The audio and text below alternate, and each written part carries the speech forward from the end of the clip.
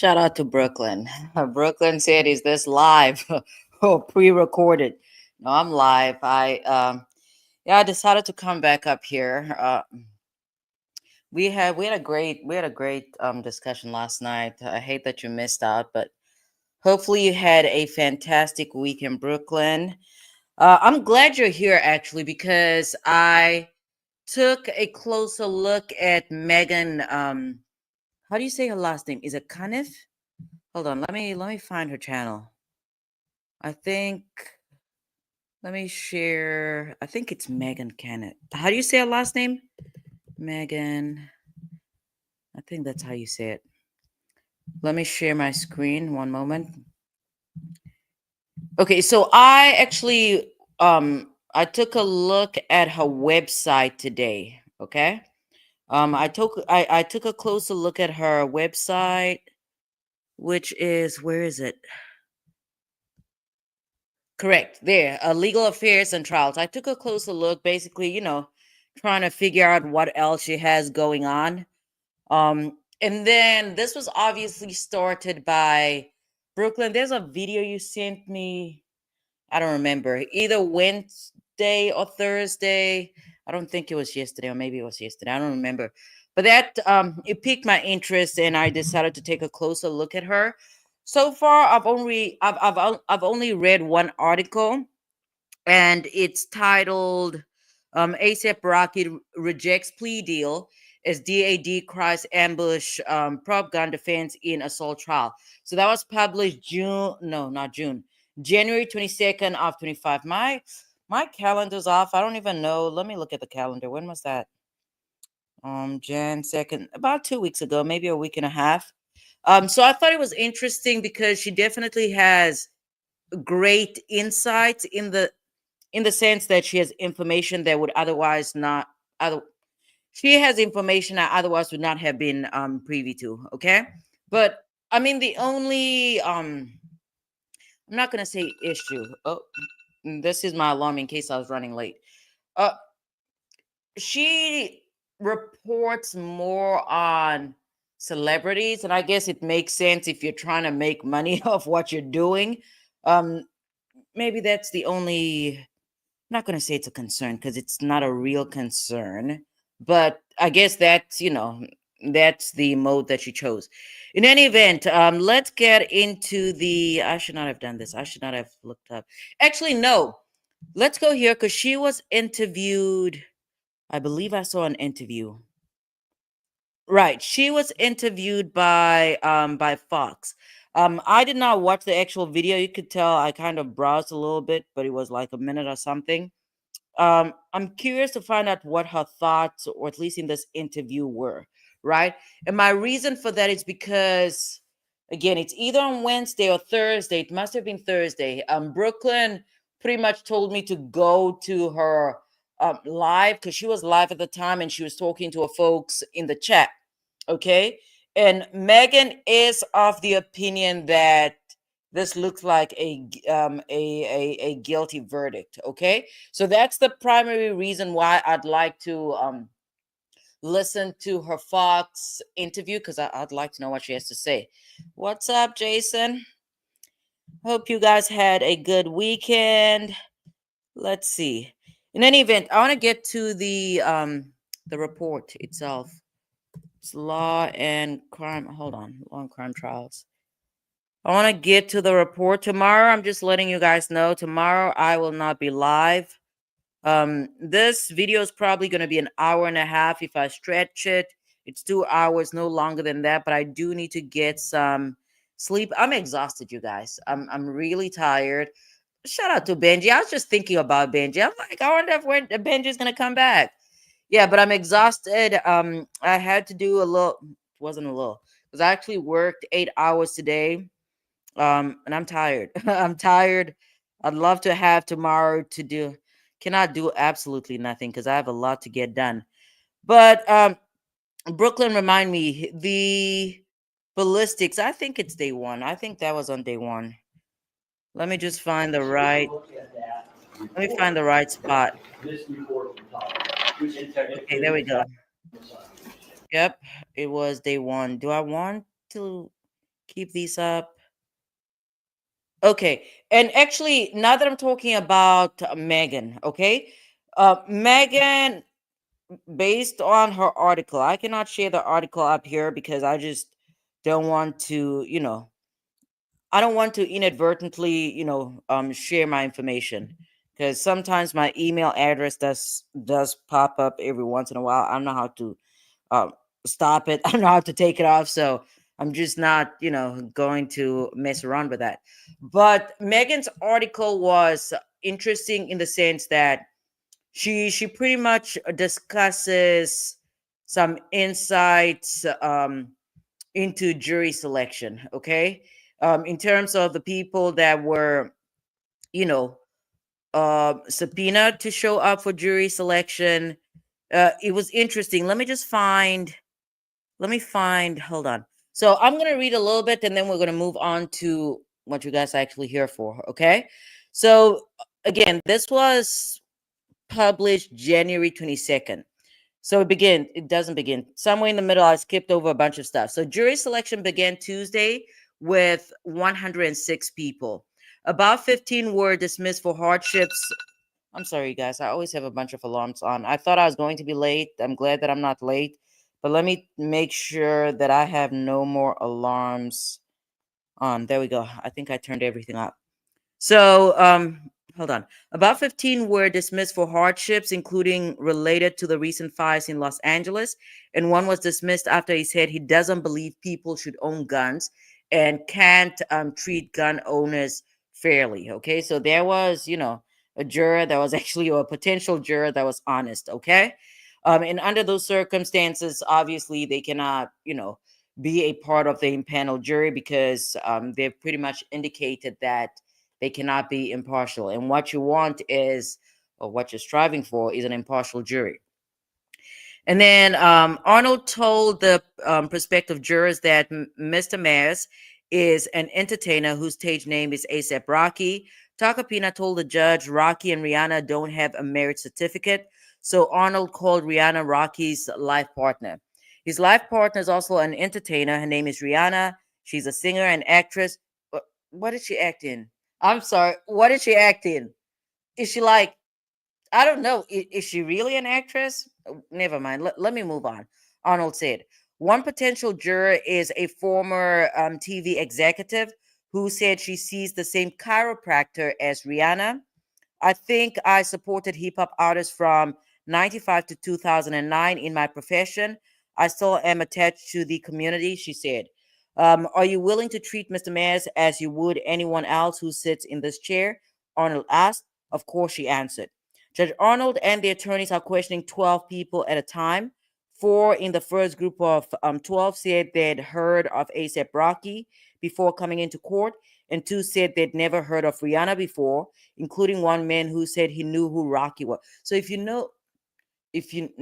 guess it might be possible. Listen, it might actually be possible because you guys know that I listen to hip hop. Okay, I think it's very clear right now, and I really like what's the kid again? He's from Birmingham. I believe he's from Birmingham.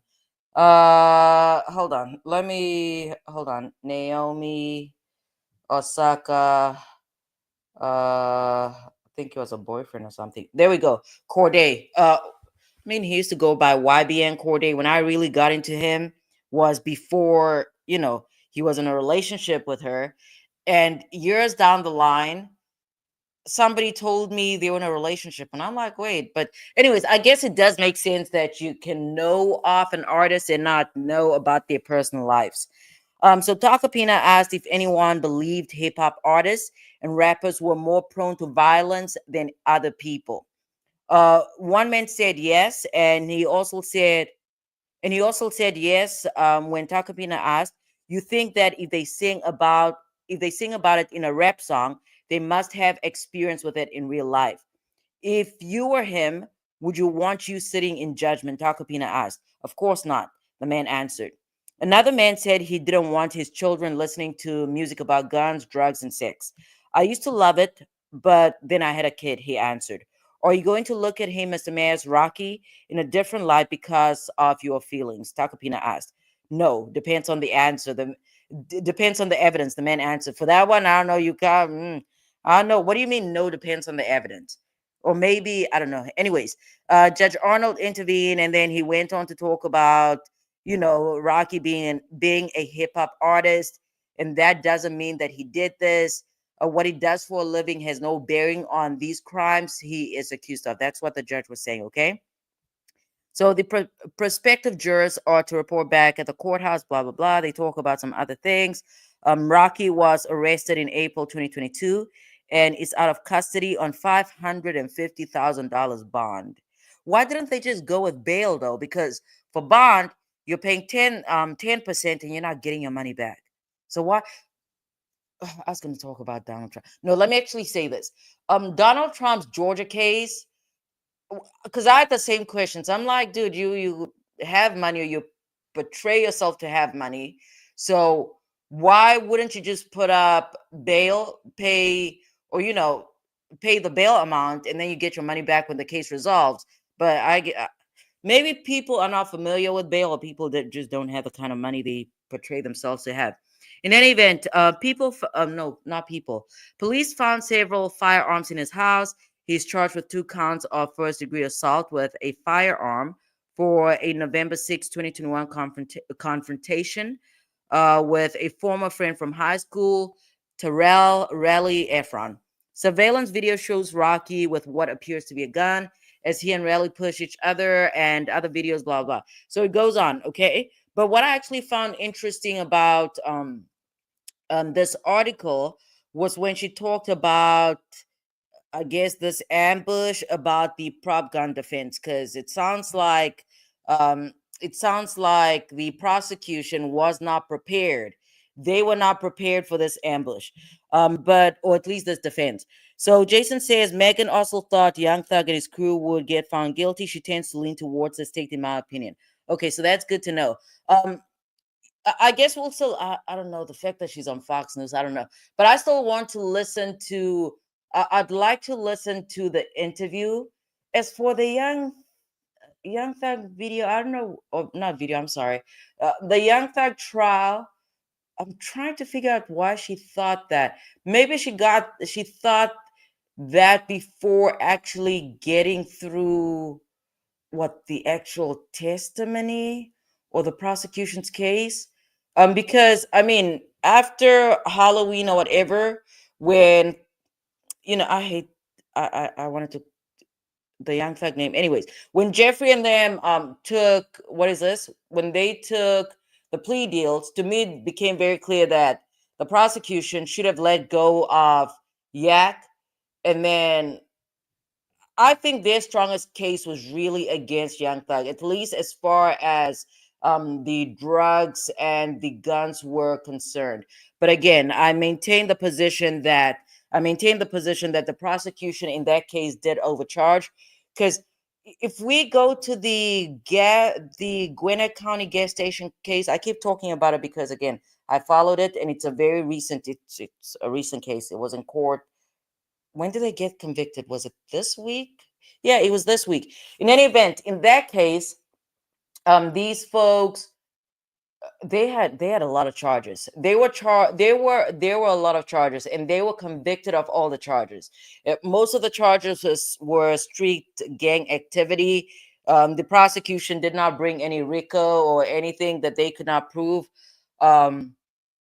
So yeah, okay. So now that, again, I'm not familiar, Jason, I'm not familiar with, these YouTube folks. Usually I do my own thing, but I do appreciate Brooklyn, because a lot of you guys have actually introduced me to YouTubers that I otherwise would not have paid attention to. And Brooklyn, just to get under your skin, I'm going to tell you that I was listening to Midas Touch. They were actually live. They probably might actually be live. They might still be live. Okay, let's see. Okay, so Fever says the DA dropped the ball. Fever, good to see you back here. But the case going to be a self-defense case. Okay, that's what Fever is saying. All right, let's move in here. Let's actually get into why you guys are here. If we have enough time, then we're gonna go back to Megan's article, where she's basically talking about the prop gun defense. Okay. All right, let's get started. Back in August of 2020. Come on. Went back through all of The audio is awful. I watch a little bit of I think it's the socialite. This is out of Massachusetts. The socialite something something trial. A woman that is on trial out of Massachusetts. If I'm not mistaken, she's appearing before Bev.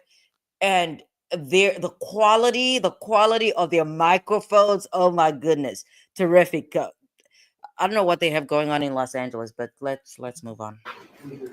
we went back through all the reports to make sure that he had everything he did. It turns out that in January 2024, there was a comparison done, and I want to be clear what we're talking about. There were two expended cases that were found at the crime scene by the victim in the case. What was the date? What was the date that the expended casings were turned into the police? The date of the incident. It would have been 2 days later when we reported it. In other words, back at the time this happened in 2021. All right, so the incident occurred on November 6th, so it would have been around November 8th? Yeah. All right. So he turns them in. Wait, what? Been around November. This happened in 2021. All right, so the incident occurred on November 6th, so it would have been around November 8th? Yeah. All right. So he turns them in. There's work done on the casing, unbeknownst to co-counsel, myself, obviously I was not on the case. They ended up doing a further examination of the casing. That examination revealed that in fact, the two casings are consistent with having been fired. They're 9mm casings from certain 9mm handguns. There are some markings on the casings that are somewhat unique, and they can basically track them down to a much smaller subset of firearms that could have caused the marks on the casings. Included in that is Glock 43. Okay. So, hold on. Okay. Did the report say that the casings could only have been fired from a Glock 43, or could a Glock 43 be among the type of firearms that the expended casings could come from? Let me read the exact conclusion. Items 1A and 1B. Those are the casings. Those are the casings. Each exhibits characteristics typical of aftermarket slides for a series of subcompact pistol frames, including but not limited to polymer model PF9SS, Glock store model SS. Wait, slow down because the court reporter needs to take it. Sure.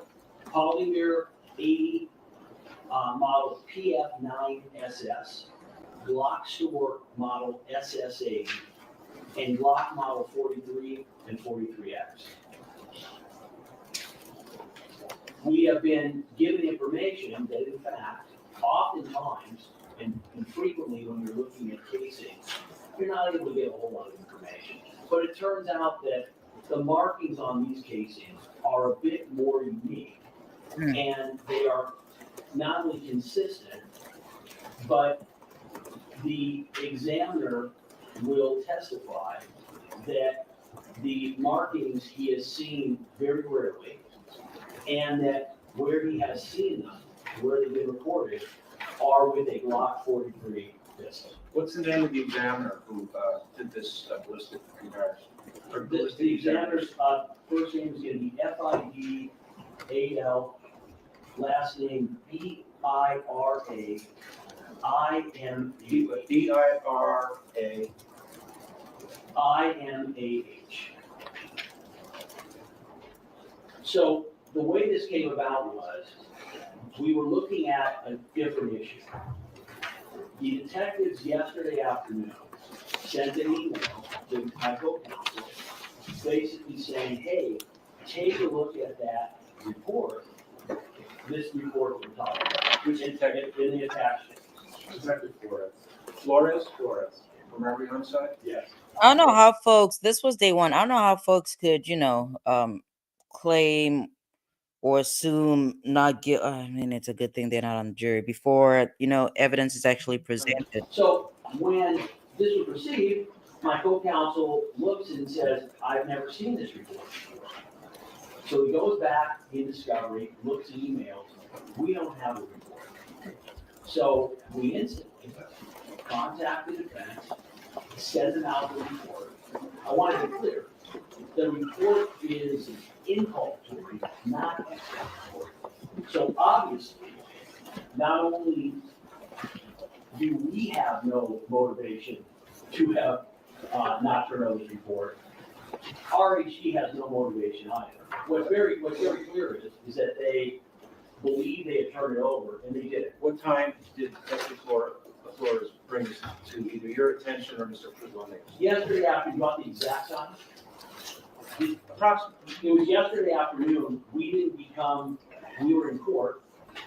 We went back to the office after court yesterday, and that's where, we went back and looked to see, do we have this discovery? So something after 4:30 PM? The email is timestamped 3/18, but I got it when we, so it was essentially received but not gone through yet until I could Wait, get back what? over to my desk. You conveyed this to the defense when? What? So And we have this discovery. So something after 4:30 PM? the email is timestamped 3/18, but I got it when we, so it was essentially received but not gone through yet until I could get back over to my desk. You conveyed this to the defense when? We sent it to them at 5:21. So about 40 minutes later, thereabouts? Because the first thing we had to do was, we had to go back and see, or have we already turned this over? So we not only emailed it, we called them. We explained the situation. The response at the time that we gave it to them initially was, well, this is the same thing that you have accused us with respect to the witness and the court's finding that they violated the court discovery order. Okay, so apparently defense violated a discovery order. That's what it sounds like here. Actually, I think may have seen something along those lines, or maybe, right, I think in Megan's article, I think that's probably, the prop gun defense. That might be what he's referring to, but again, he's probably going to explain himself. The witness and the court's finding that they violated the court discovery. Okay, so the court actually found that, I had to go back. The court actually found that the defense violated the discovery order. We responded, And I mean, the judge, this is a fair judge, okay? This is an impartial judge. Because I have been before judges, and I'm talking about my times as a public defender.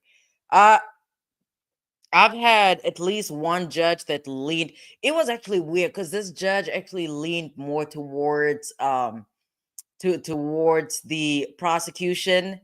And had I violated a discovery, a discovery deadline, I probably would not. The judge probably would not have brought or allowed me to introduce that evidence. this is completely different. And what's actually ironic about that judge is the fact that he used to be a criminal defense attorney. But again, I've said this before, there's a difference between a criminal defense attorney and a public defender. You had interviews starting last August. I don't want to get into who said what. I just want to know the sequence of events. Right. So at this point in time, we had a discussion. We sent an email at that point to counsel, and we included the court. There was an email sent late last night at some point by Mr. Tacopina. I did not see it until somewhere around 1, 2 in the morning. In that email, Mr. Tacopina cited the Hughes case. There were no facts in the Hughes case. I went to the middle of the night, I got the case, I read I it. don't want to know about, this would be appropriate if you want to argue your position. I just wanted to know the sequence of events. Right, I'm not gonna go any further other than to tell the court, I read the case, I then sent an email at roughly 3 or Fever, you are allowed discovery, but you have to turn over your evidence by a specific deadline. Typically, some judges do make exceptions, but typically if you don't turn over discovery by a certain date, anything and everything after that cannot be used in the trial. 4 in the morning. I sent it to council, and I sent it to the court. All right, the last, just one last factor on it, which is, I knew from past experience with firearm analysis that there would be a lab file or bench notes associated with the analysis. So I tried to immediately contact the lab to expedite and see if they could send that to me immediately, but they were not open at the time that I called. So we had to call this morning at around 6, and they scanned it and sent it over. And I sent that to the defense as soon as I got it. How many pages is this report? Hey, The report is one The page. report itself is one It's page. One page. How many pages are there total of all the police reports, all of the discovery of this case? How many pages? Regarding this one, Regarding the total number of, regarding this one. No, I was, no, the total number of pages involving this case and this investigation. I would estimate 100 or over 100 pages. I mean, to be totally candid with the court, I haven't counted them, but that's just ballparking the various reports, and things that we received. All right, I understand now the sequence of events, right?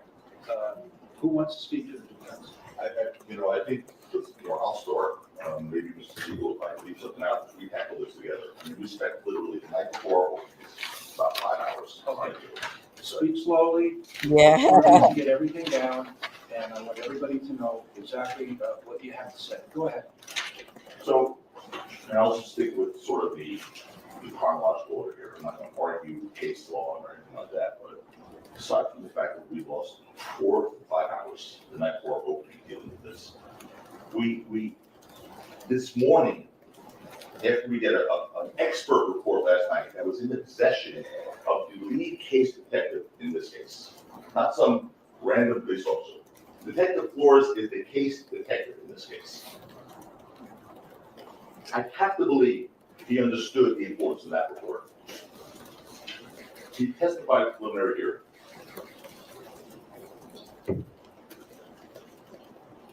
After we get that report that says, in conclusion, that the subcompact pistol frames, including but not limited to, which means absolutely nothing. So it could be a universe that we don't even understand of other pistols, and then goes on to list 3 of them here. This morning, we got another 28 pages of backup data on this. Backup lab, I guess, report that normally comes with the conclusion report. We got this morning. So Brooklyn says the people sitting on the table next to Joe Tacopina, one woman is Sarah Kaplan, a blonde woman used to what, work for John Shapiro in O.J. Simpson trial. The other works in Joe Tacopina's office in New York City. His name is Chad Siegel and is a licensed attorney. All right. Brooklyn's always coming out here with info. And I find it hard to believe that the lead detective in this case didn't bring it to anyone's attention from the district attorney's office until after a jury was impaneled the night before opening statements. I mean, something that they now are saying is such a crucial piece of evidence. We have an issue now with the jury, obviously the jury panel. It may affect, quite frankly, whether we were kept or not kept a few jurors, one in particular. Now, we assured him yesterday he'd have a fair trial. You're gonna have a fair trial. I hate to say this. I think somebody in the courtroom actually has COVID. That's a lot of coughing going around. Issues regarding the veneer, you know that, I'm not gonna rehash that. We're here, we're ready to vote today. I don't even know how we're supposed to do this. This should be suppressed without question, because it changes the complexity of the case. We're not, at the very least, we have to quash this panel and start again, or strike jurors, reselect. I mean, I think even the district attorney said, okay, well, continuance is appropriate. We paid the jury. We're ready to go. This is something that, to lend a fair and effective representation here, as we all assured Mr. Mayor we would have, in the midst of a trial that's already underway, we would need to locate and retain our own expert conduct a scientific analysis. Their report was 28 pages. It took them, according to them, it took them 1 week to do this. 1 week. And that's their own lab, with their own on-staff experts. And it took them a week. How long is it going to take us? We have to go find somebody first, hope he's available, the trial will be over.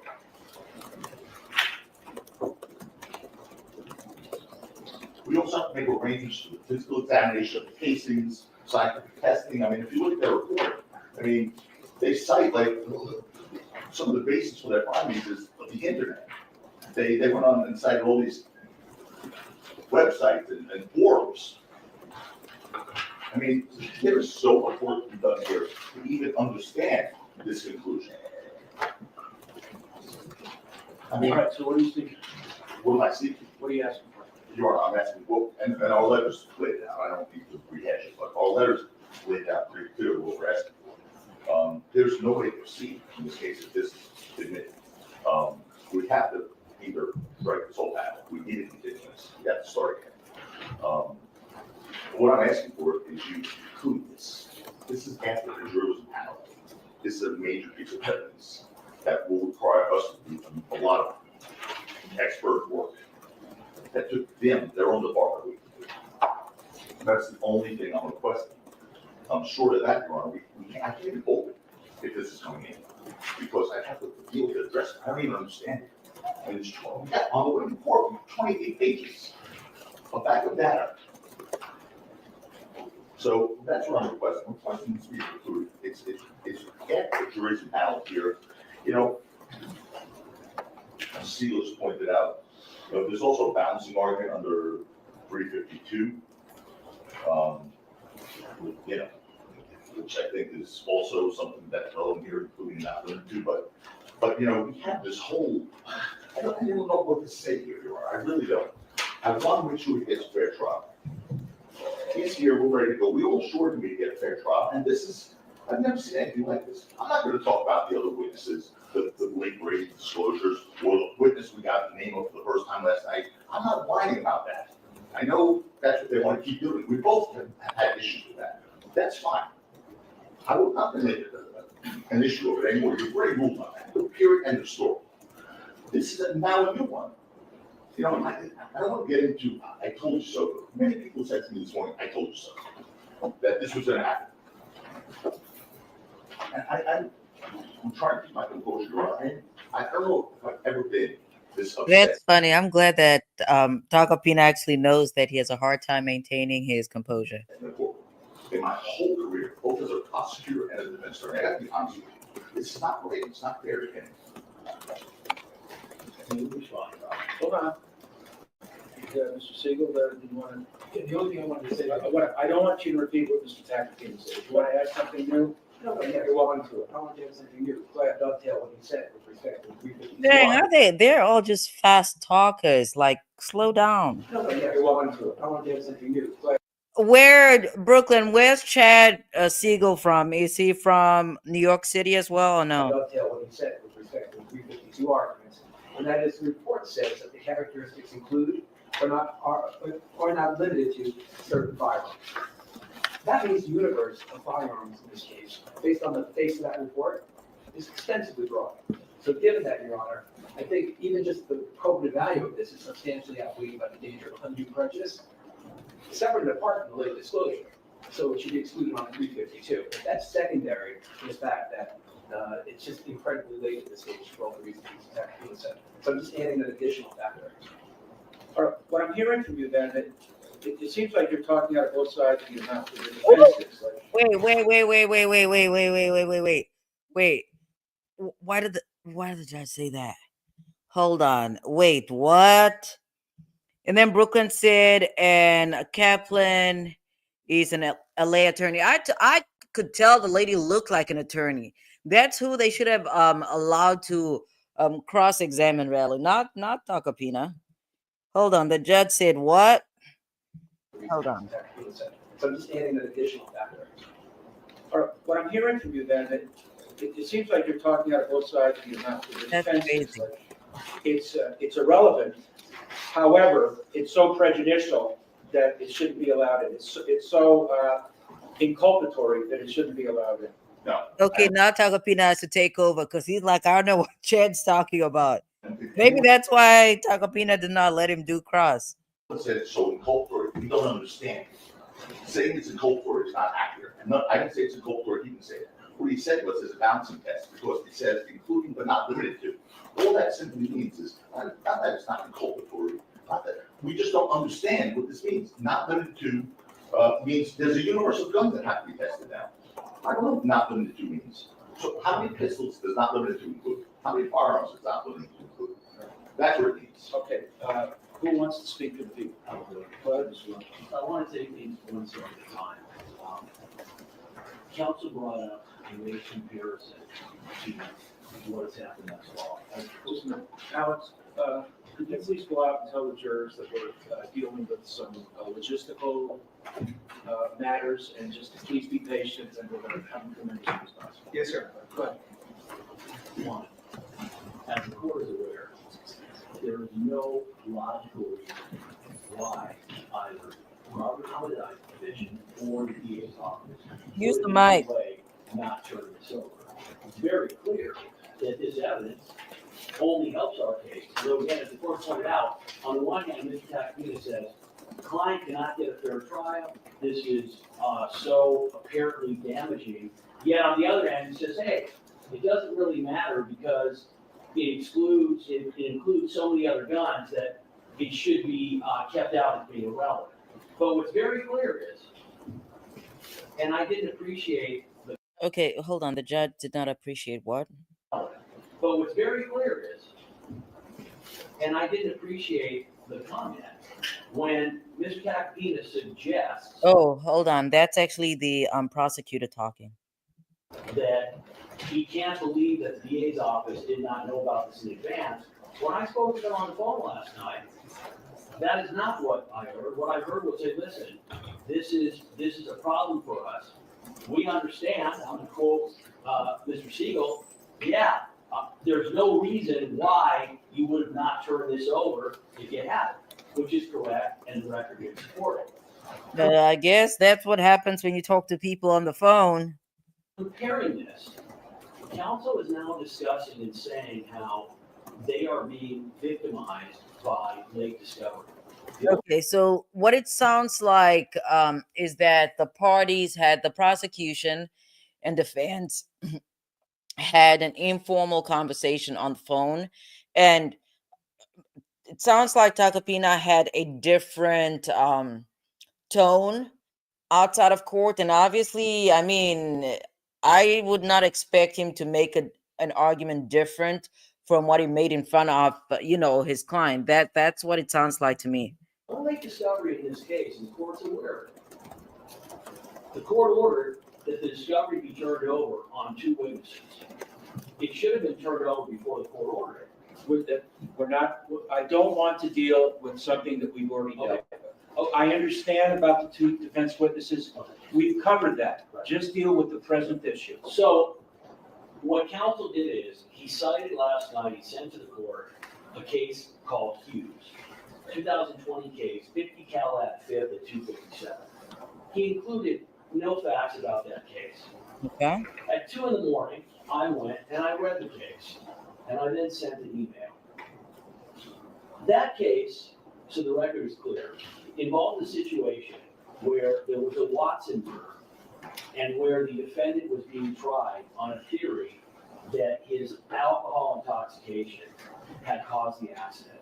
Okay. Investigation had been done by the MATE team, and they had determined that in fact it was speed and not alcohol. Okay. This was a very huge problem for the prosecution because that was the theory of their case.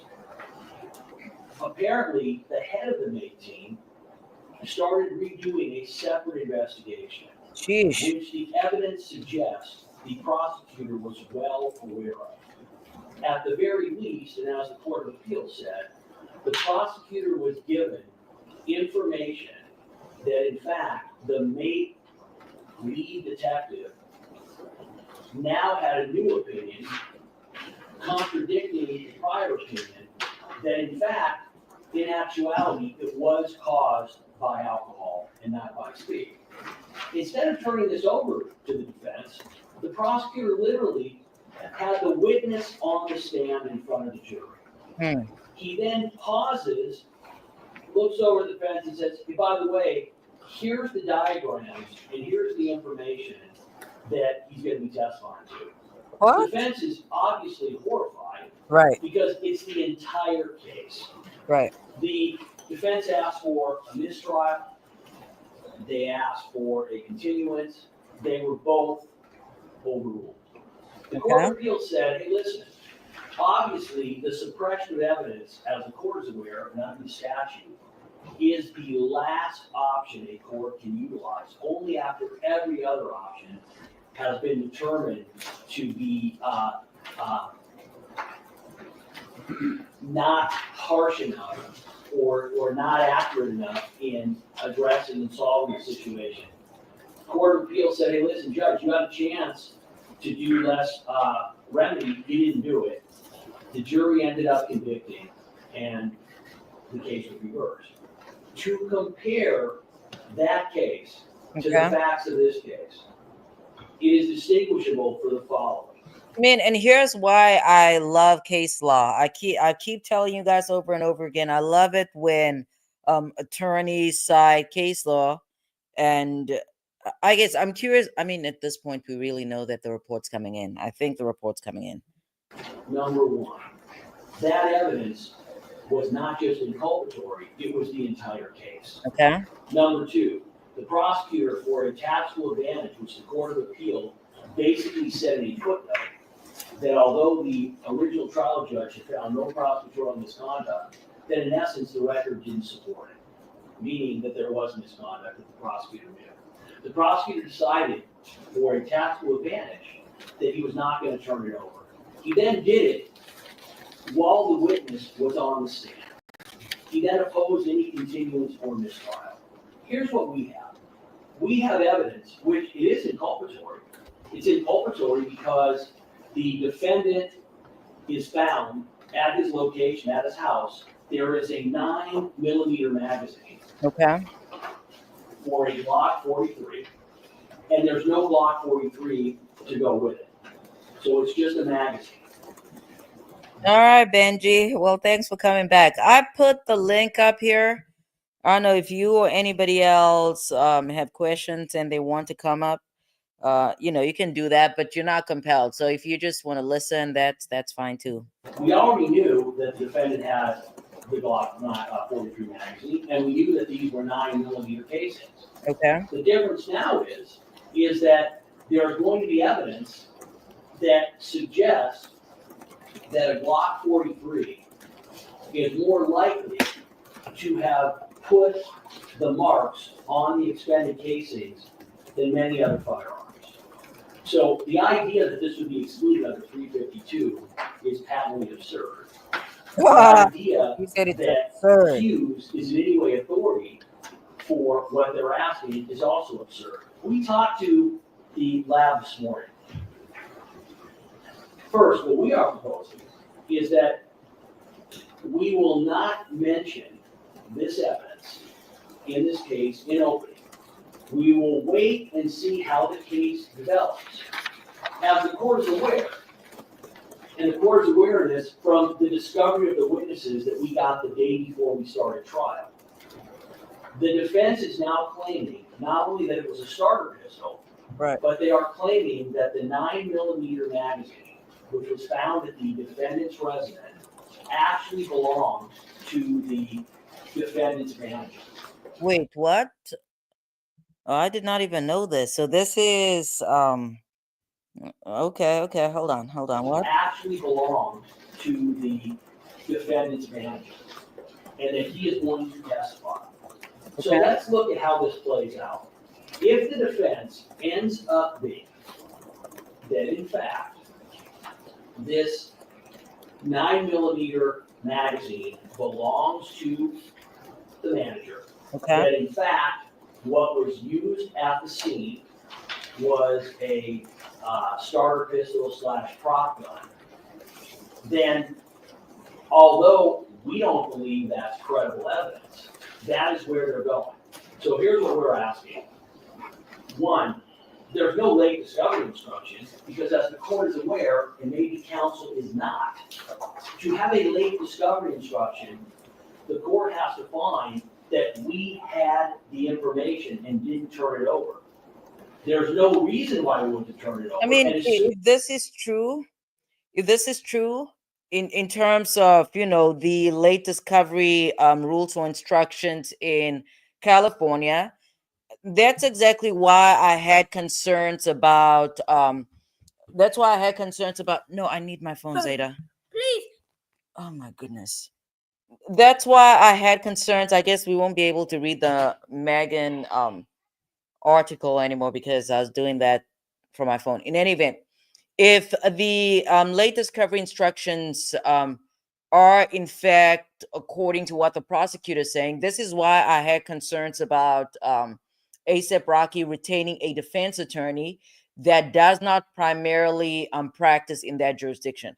I mean, it's, attorneys can be barred in a number of jurisdictions, okay? And if Takapina took both the New York bar and California bar and any other bar, and he passed and he's licensed there, good for him.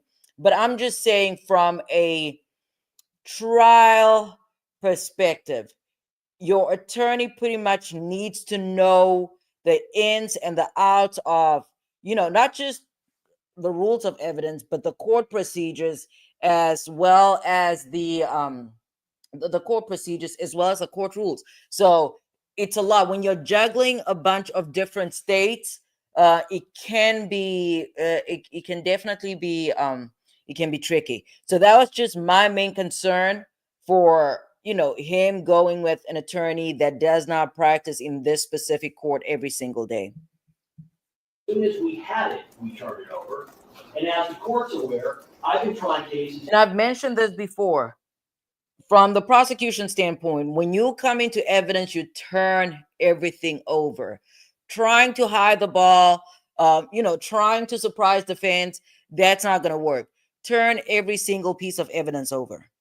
And frankly, I think if you're confident in your case, there's no reason for you to try and hide anything. In front of his honor for going on 30 years. As soon as we found this evidence, we contacted the court, we contacted counsel. Number two, the lab has told us that basically what they did in this case, to have someone else examine it is a very quick examination. And the amount of time that it should take for someone to examine it and end up being able to assess.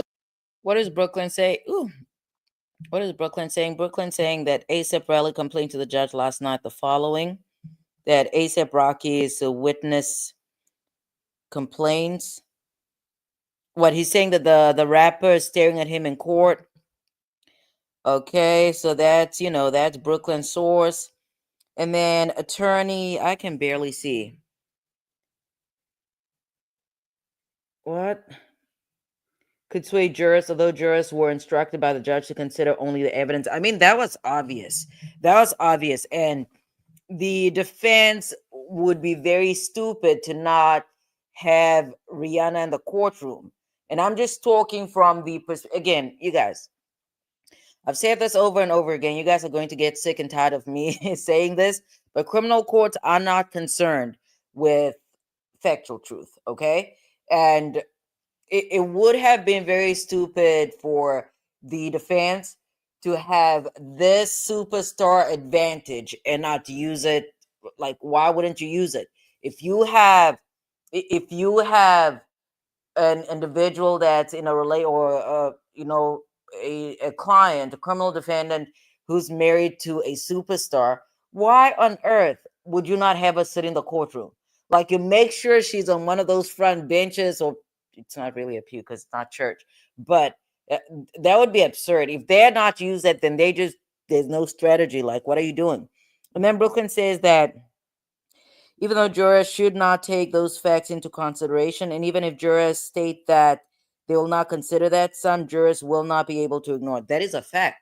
That is just an absolute fact. So it goes without saying. But again, from the defense perspective, they would have been real dumb to not have Rihanna in the courtroom. That's just it's a tactic. If I had, again, I only represent regular people. If I had, there was an instance once where we're not going to get into the facts, but the facts of that case were just, I did not agree with them, and I don't think, I'm not going to get into it. Okay.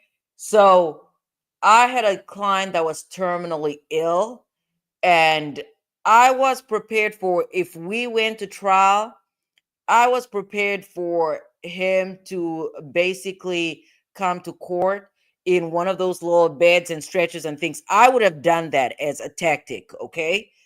Because again, you're pulling at the juror's heartstring. That it should, anyways. Again, maybe Raleigh was just not prepared. He did not think all of this was going to play out, but it is.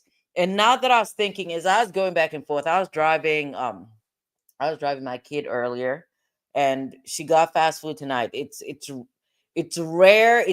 This is probably the first Saturday that she's had fat, because I typically she Fridays a day. But I worked too many hours today. I just did not feel like cooking or doing anything else. I'm exhausted. And I'm still kind of under the weather. But in any event, as I was driving out there, again, these cases stick with me. I think about the facts. I try and figure out what folks could have done differently, what they could have argued.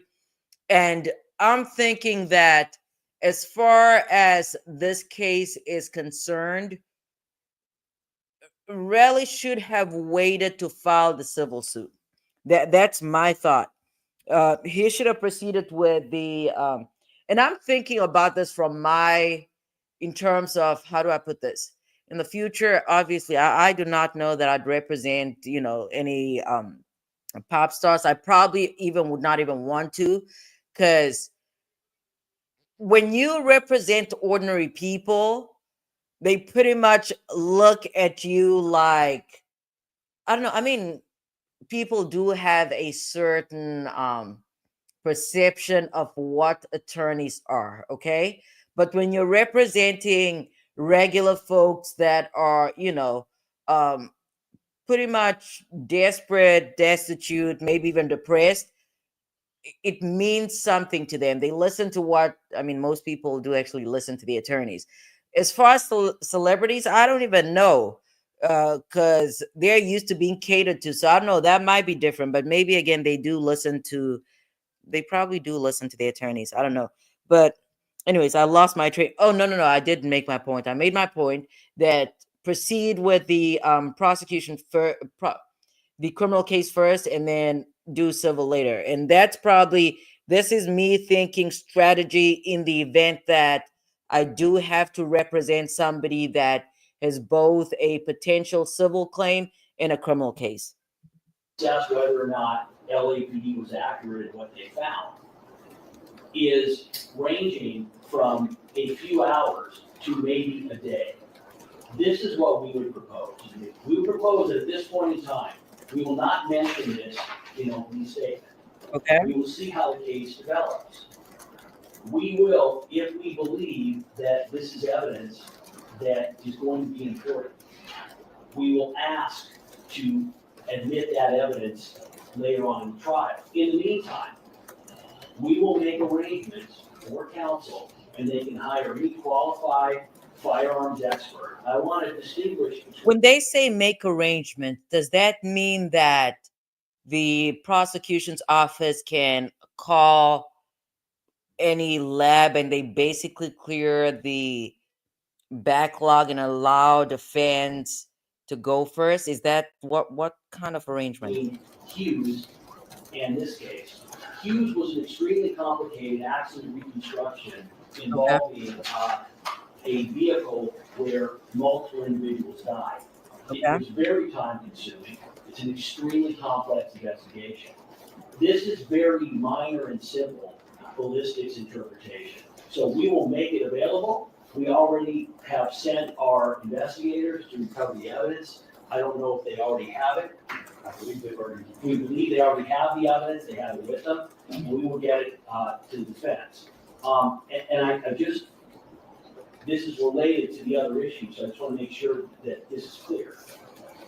Council seems to be under the impression that the court has now changed its ruling and that we are not allowed in our opening statement to address the idea, which the court previously ruled we could, that we did not find out about this defense until the 20th.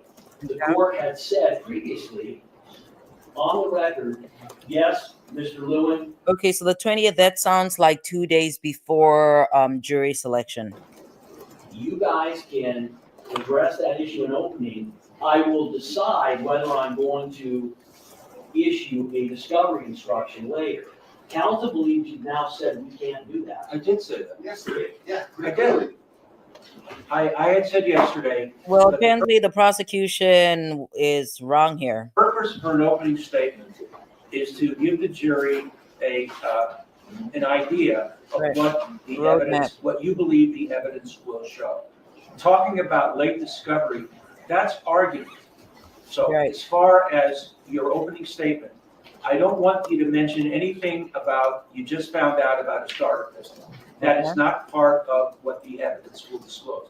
I talked about that yesterday. So, yeah, but I am correct. The court's original ruling was. Yeah, that is what I said. Originally, I said, yes, you can bring it up. Okay. But then after thinking about it, that's not part of an opening statement. So I don't want you touching it. Okay. Okay. Understood. Go on with the present issue about the ballistic.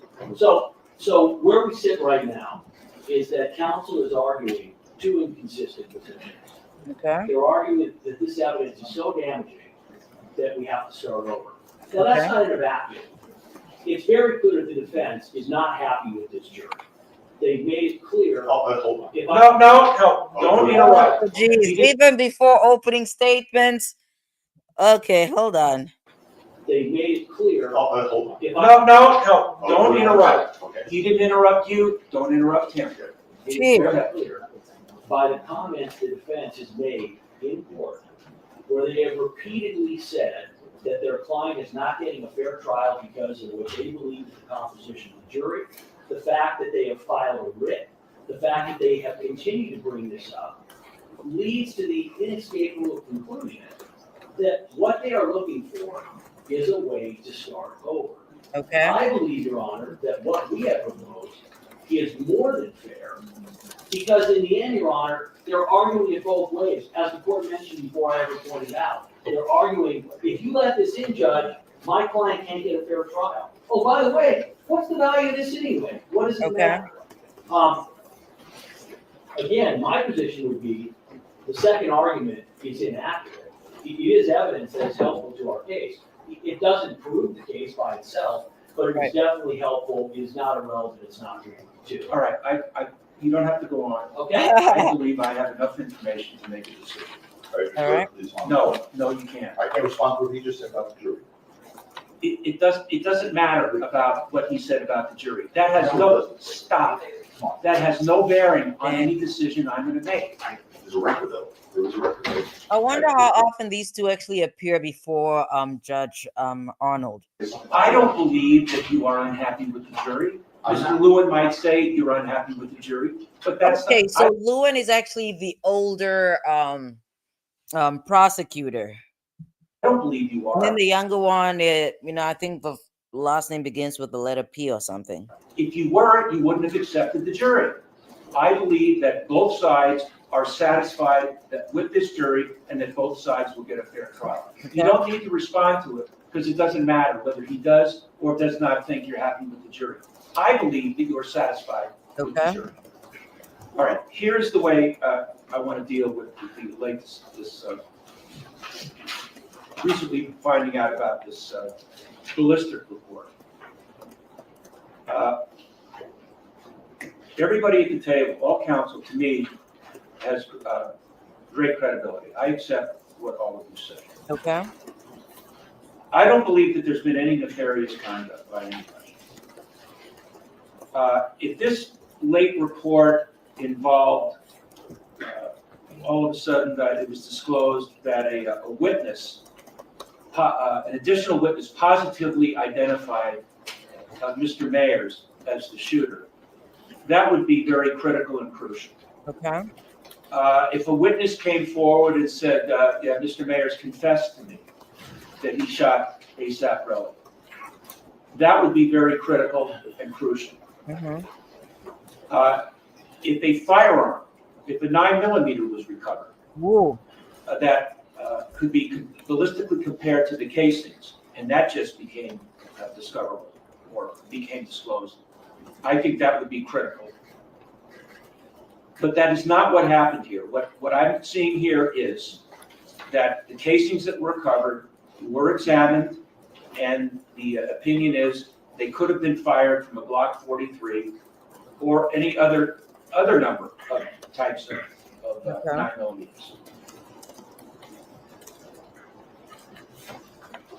You have said that, well, now you want to hire a ballistic expert. That's not fair to you and your client.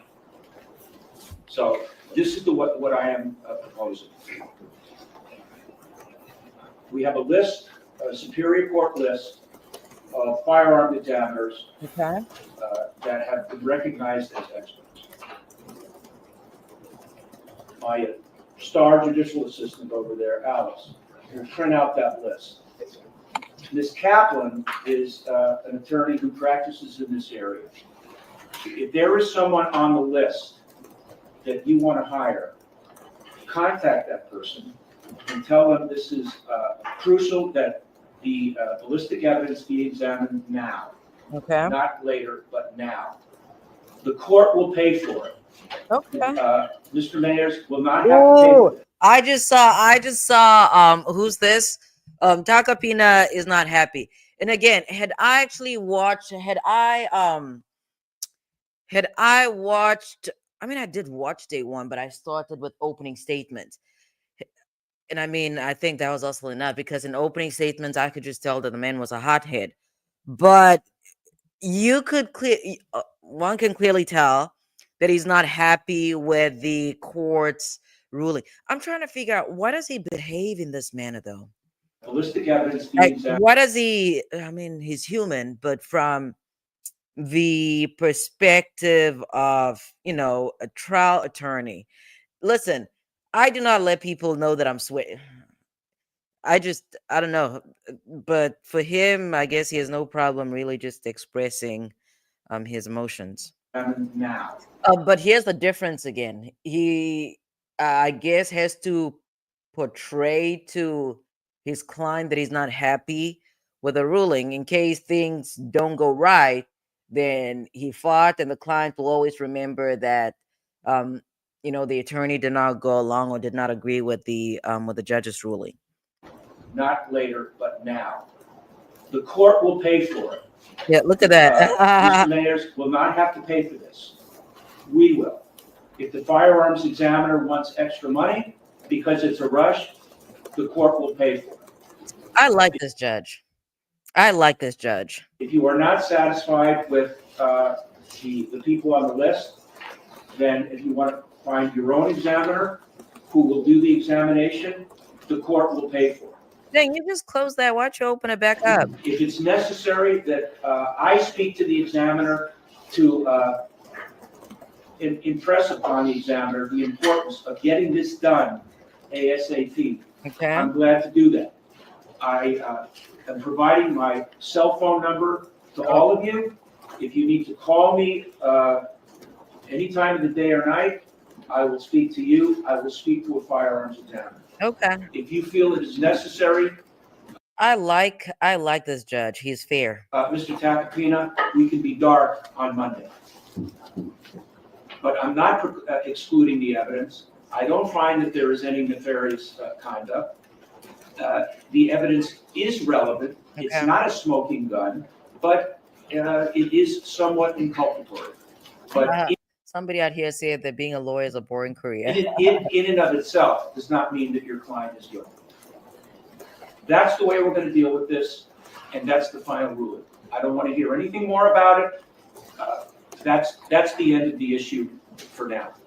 Okay. Are both sides ready for the jury to commit? Do not mention anything about the ballistic comparison in the opening statement. That was a question. So, Yeah, do not mention that. Understood. Your Honor, what I was planning on mentioning was that the cartridges found at scene were 9mm.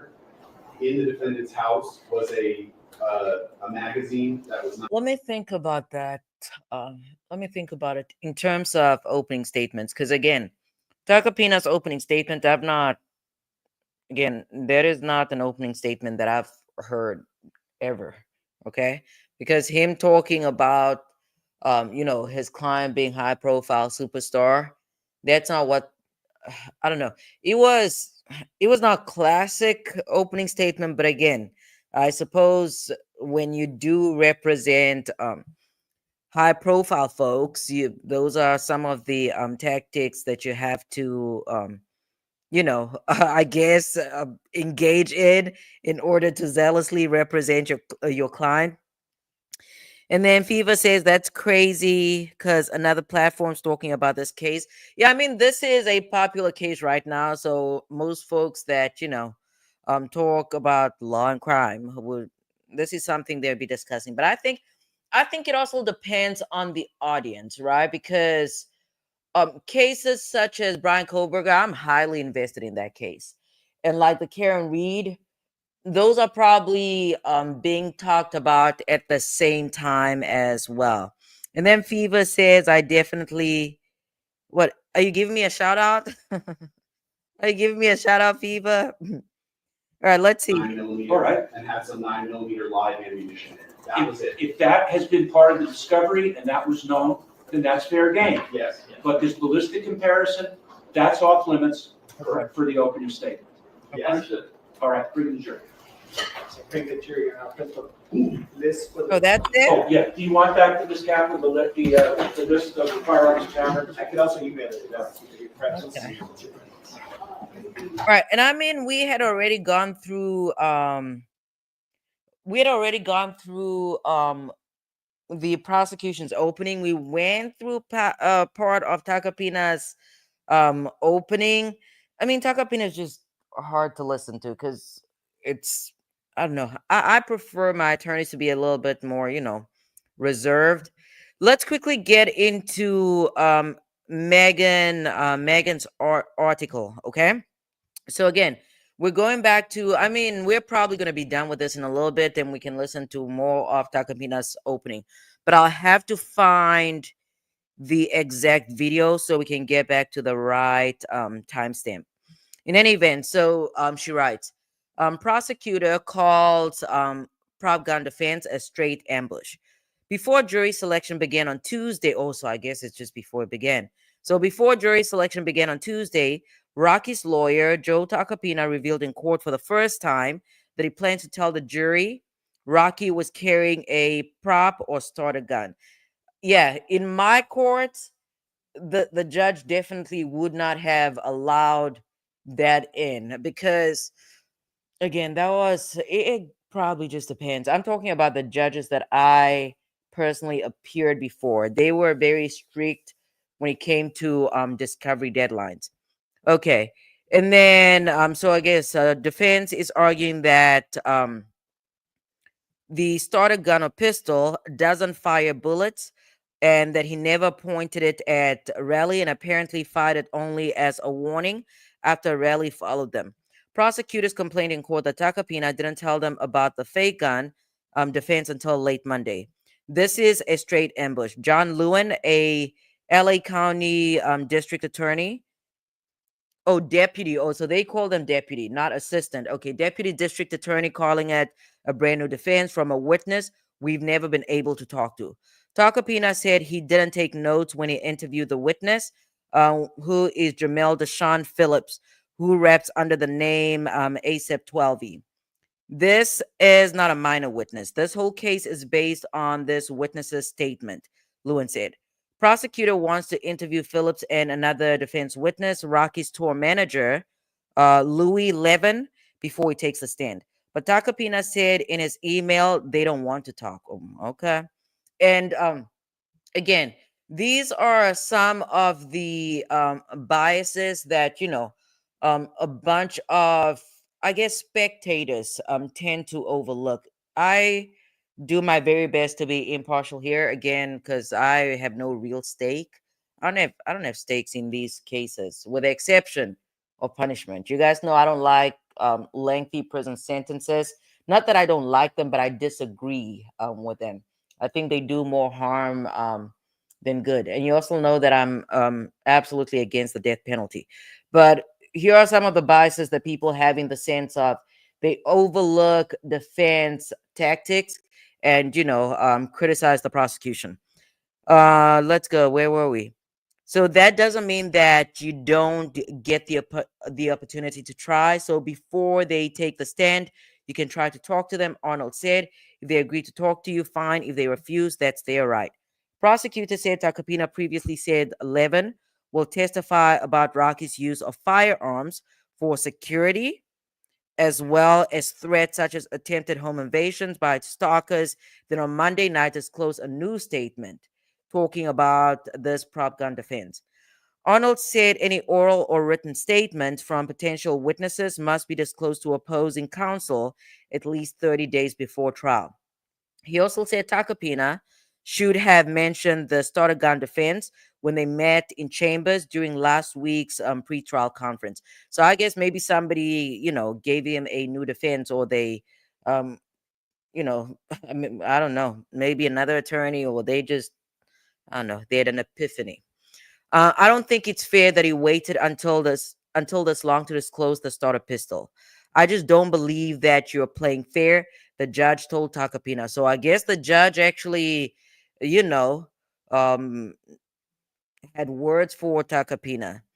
Takapina said we did allude to it. that sounds like something he'd say when he talked about security measures. Rocky took, but Arnold said the 30-day disclosure rule still applied. If it's an oral statement, it should have been provided, Arnold said. Takapina can still call Phillips as a witness, but prosecutors can tell jurors that the defense did not disclose him until the eve of trial. I don't know.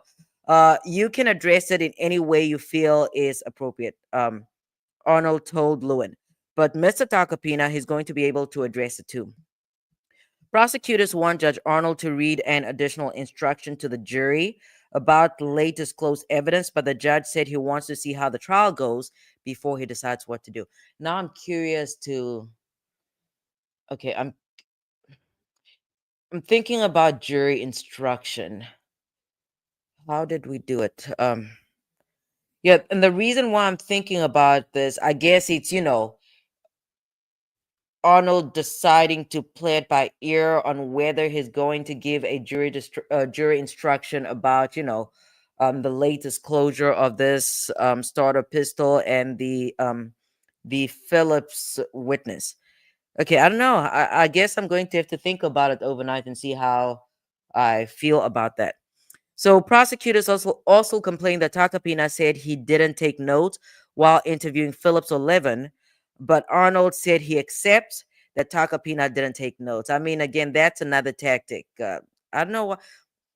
Here's what it seems like to me. I think that the prosecution in here, and this is exactly what they had to do. I think that they were forthcoming as it relates to their investigation of the case. There are certain things that you're not required to turn over, okay? Some of those attorney work product, like your strategy, how you're going to go about the trial, you don't have to disclose this. But reading the sentence, right, uh, it makes me believe that, and this is going to relate to, what is this? It's going to relate to all the DA recordings of their interviews with, what's the guy's name, with Raleigh, okay? Because a lot of those interviews were puzzling in the sense of, I do not understand why they were recording. I don't understand why they were recording the what is this? Why they're recording the telephone conversations. I suppose they probably did not expect Raleigh to. Again, nobody expects Raleigh to answer the way he answers. I don't even think he knows he's going to, answer in the way that he does. It just happens.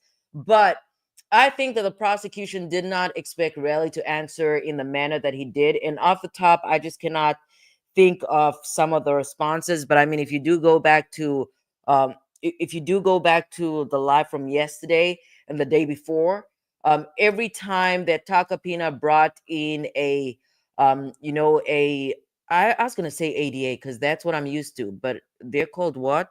Deputy District Attorney. So I think it's a DDA then. Um, so I was puzzled as to why they recorded all those conversations, but I think that they did not expect Relly to, you know, speak in the manner that he did, or you know, contradict himself in some ways. And even though they realized there were contradictions, instead of, you know, making the evidence disappear, making the recordings disappear, they turned them over. And again, I like that because again, as a prosecutor, you are not going to have a clean case. And I'm glad that they turned over everything, because it's not, at the end of the day though, right? I do not think that a prosecutor's job is getting a conviction at every cost. I don't think that's what it boils down to. Let's see. Let's get back to this article. Actually, let me read the comments. Okay, so what's Fever talking about? uh okay. So I see what. Okay, all right. So okay. I mean, I do have some input from from Fever and Benji, and Benji said interesting.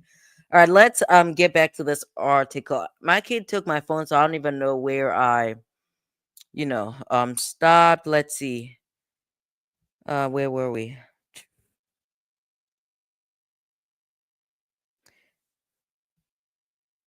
Okay, anyway, so Takapina wanted to call a witness, Alan Jackson, a prominent Los Angeles attorney and former prosecutor, to testify about Raleigh contacting lawyers to secure a settlement from Rocky, and their impression was the victim was trying to get money from them in a way that they were uncomfortable.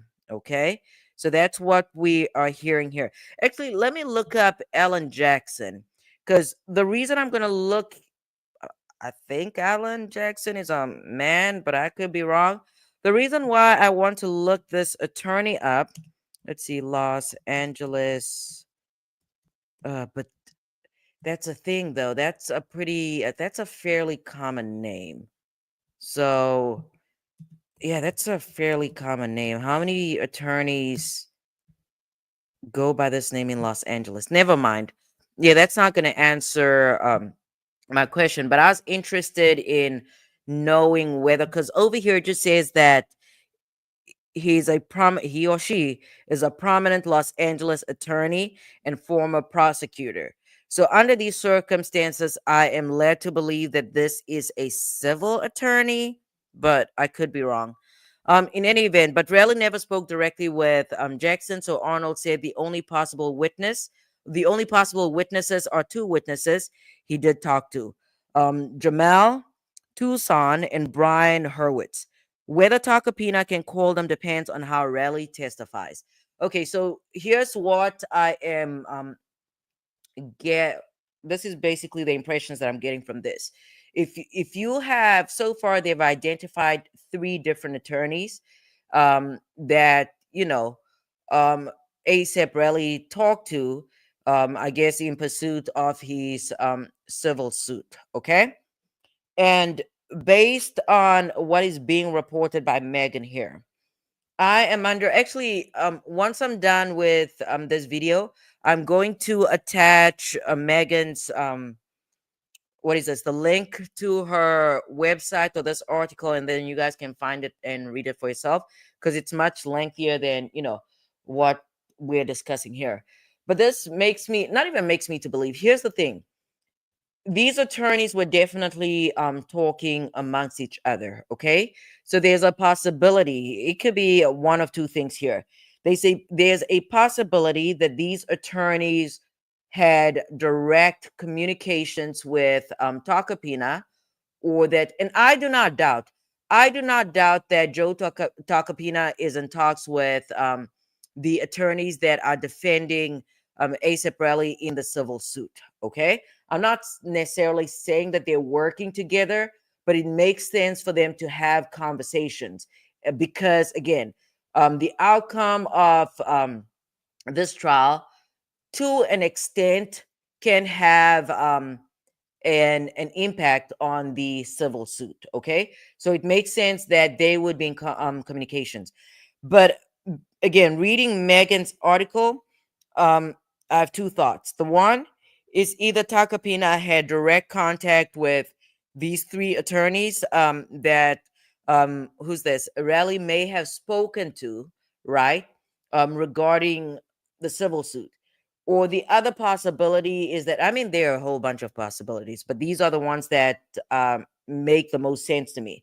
The other possibility is that the civil attorneys were in talks with the ASAP Rally's defense attorneys in the civil suit. Okay. And here's the thing, if these attorneys all practice in the same county, jurisdiction, maybe even the same city, it they're going to talk, whether it's over lunch, coffee, maybe they have kids that participate in the same activities. Somebody's going to talk about something. So they'll talk about, oh, we hear this firm represents this individual, and this guy came to me on XYZ date, and I just did not have a good vibe about him. I think he's after money, something along those lines. But that's what civil suits really are. I mean, if we're going to, what is this, oversimplify it, for the most part, I think damages and um money. All right, so let us move on. But that's what I think, or you know, yeah. But the bar, they're definitely talking amongst each other, and that's how Takapina gets this information. We go on to say that Relly can be asked about efforts that he made or attempts that he made to try to get money from, Rocky. Judge Arnold said, if he admits, yeah, I did, then that's the end of the issue. If he says, no, I never did, then either Jamel or Brian can testify. So the two attorneys, not Alan Jackson and not Alan Jackson's partner, Arnold said. Okay, so that's where we are with all of that. Let me see, because she links a video here by she being Megan. Megan has a video up. It is titled ASAP Rocky's preliminary hearing. Let me just see, when was this downloaded? Oh, this was over a year ago. Okay, so she actually has a whole bunch of videos, and I mean, I've been on her channel a few times, but I've not gone down the rabbit hole because this is, again, this is, what is this? These are videos spanning a year, and she actually has quite a few of them. So that's what I'll do. I will post the link to the article, and then if you guys are interested in taking a closer look at the videos, you definitely can. We have about 30 minutes left, so while we are at it, we might as well get into these videos. Let me see, is there anything else in this article? I don't think so. Let's see, anything else? I don't see anything else in this article that I'd like to. I was gonna say article, but then when Jerome comes up here, I was gonna say, I like your accent, and then Benji's gonna say, oh, you sound like you're from South Africa. All right, let's get in here. Let me just decide on which one to pick out, because she has quite a few. Okay, opening of second day of ASAP Rocky's assault with a firearm preliminary hearing. Actually, what would have been great, if had I not worked today, I probably would be here tomorrow. But tomorrow I am taking off. Going to clean up. You guys know I'm always cleaning my floors every Sunday. I'm gonna do a whole bunch of stuff, and I do my hair and I do my kids' hair on Sunday. So let's see. All right. Okay, so there are two videos that I want for us to take a look at. Okay. Oh my goodness. The first one is going to be a. No, this is not it. I clicked on the wrong video. Hold on. I thought that was a 4-minute video. Is this it? Okay, there we go. So I'm gonna switch my screen. I'm gonna take this off and then stop sharing. I'm gonna share a new screen. All right. And this is going back to preliminary hearing. But what's actually interesting about the preliminary hearing is the fact that, let's go back to the list. You guys can take a look at the list for yourselves. What's interesting here is, or what I find interesting rather, is the cross examination of the officer. Had we actually watched this would have given us a window into what, the cross examination of the same officer is going to look like. Let's see if it's a different officer, though. Hold on. Are they showing the officer or no? Are they going to show the officer? I guess the camera is only trained on the attorney and not the officer, which I suppose would make sense at, prelim. But I'm still curious, though. I'd like to find out what kind of questions they asked. In any event, let's see. What are we going to do? What are we going to do? I cannot even make up my mind. Hold on. Too many choices. This is like a buffet. Big shout out to Megan. This is like a buffet. Where do we start? Where do we start? Let's go here. I don't know. Do we go here? Let's go here. And shout out to my girl Laugh. You know she's here. You know she's here when she tells people to hit the like button, okay? What's up, girl? All right, let's see. Different locations marked on it. I'm gonna have the detective go through it. Detective showing you equals 13. Is it the Do you same? recognize this to be the same area that we've been talking about? Yes. And where the number 1 in the red box is on this exhibit, would that be very generally the area where that camera was located? Yes, here. And would Does this the sound like the officer? I don't remember the first witness in the trial testifying to a map. I don't know. I don't even know what his voice sounds like, but green arrow with the triangle around it generally depict the direction that camera was facing? Yes, the camera's facing. and this sounds like the same I was gonna say ADA again, but the same prosecutor. In a northerly direction. Okay. Did either you or your partners collect video from that location? Yes, Do you remember specifically who collected the video? yes, it was ultimately collected by Detective Zaria, with assistance from our Technical Investigations Division, one of our techs. And Zorilla, is that spelled Zorilla? That's correct. And after Detective Zorilla collected the video, did you just Do you guys want to listen to this, or do you want to jump into the cross? I kind of want to see Takapina. And again, we only have until 11, so that's what, 31 minutes? discuss with him that that was the location where he collected it from? Yes, Did you have an opportunity? Yeah, let's move on to, unless there's something here. I don't want to listen to them talking about, where surveillance was collected. Oh, hold on. Who are they showing? Is this the same officer? I don't think so. The same as They're a different judge on the bench. camera number, what's labeled as number 1 on People's 13? that's correct. All right. Do we see his face or no? And did you watch the video footage from that camera? I did. Okay, lastly, I want to direct your attention to 16. Okay, I'm just gonna fast forward because I'd like to know what the questions actually are. And I mean, obviously, the officer cannot really break it down. He cannot say what exactly was happening, because he wasn't there. But I guess he's saying that this is the surveillance that he retrieved. Not he, whoever retrieved.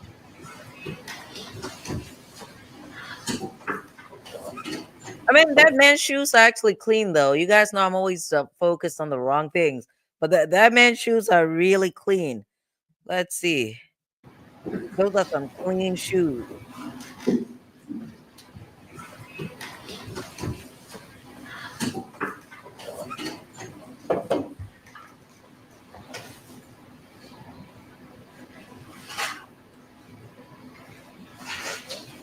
earth?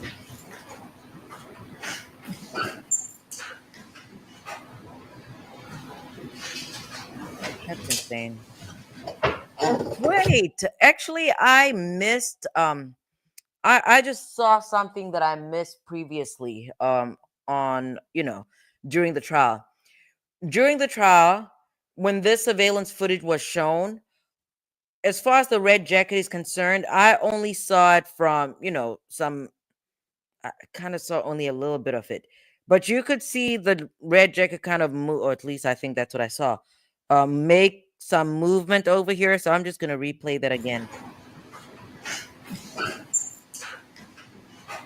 Okay, yeah, there I can see it. So both individuals are holding that. That kind of does say something. Um, Ills and 12V actually there. I looked it up. It's in Megan's article because I thought it was like the number 12 and E or D or the letter V, but it's actually 12V or something along those lines. So you can see that both of these individuals are holding rally back. Yeah, again, that's the red jacket. I had not previously seen that. I missed it. And I guess these folks are just walking around. That might be, I don't want to say that it might be the norm out there, but again, or maybe they're just minding their own business. I don't know.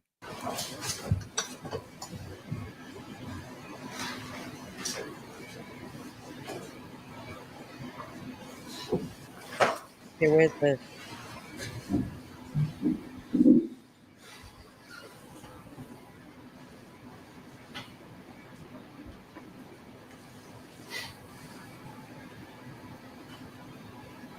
all right, Brooklyn.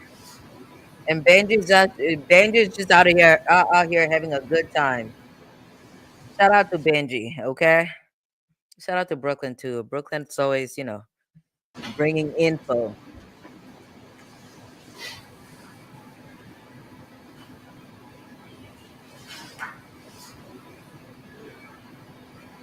And Brooklyn, did you watch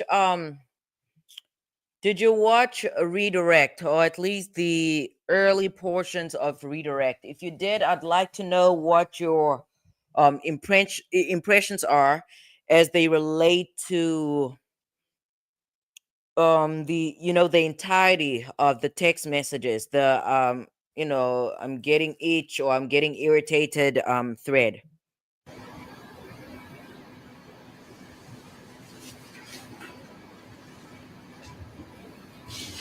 Brooklyn says it's a red canopy and not a jacket. I'll take a look at it, but I'm pretty sure that was a jacket.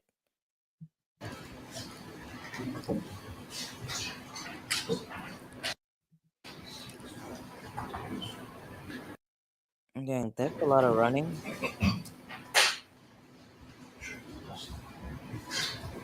And I suppose this must be the footage that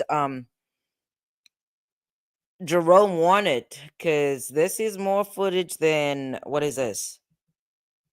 This is more footage than we saw in opening. And if this is ASAP Rocky, it makes sense that that footage would not be introduced through the witnesses that have taken the stand so far.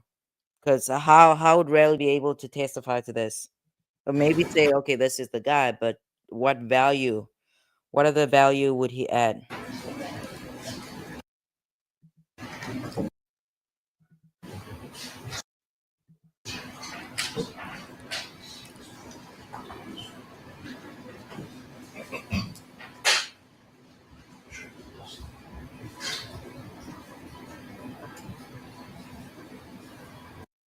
That is a red jacket. What are you talking about, Brooklyn? Okay, so this is Rocky and 12V, I suppose.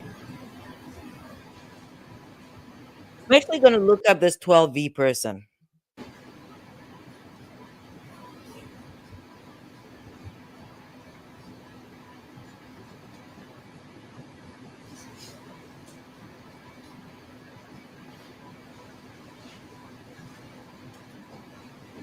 Okay.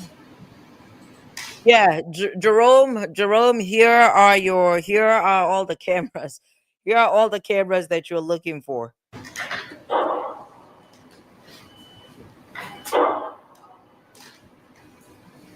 I don't know. That does sound like a firearm.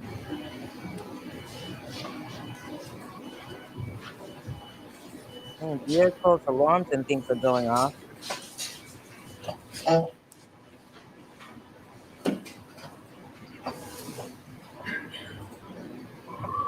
And then again, the standard at prelim much lower than trial, where the prosecution has to prove the case beyond a reasonable doubt.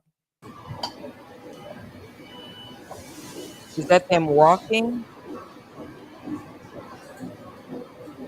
Yep.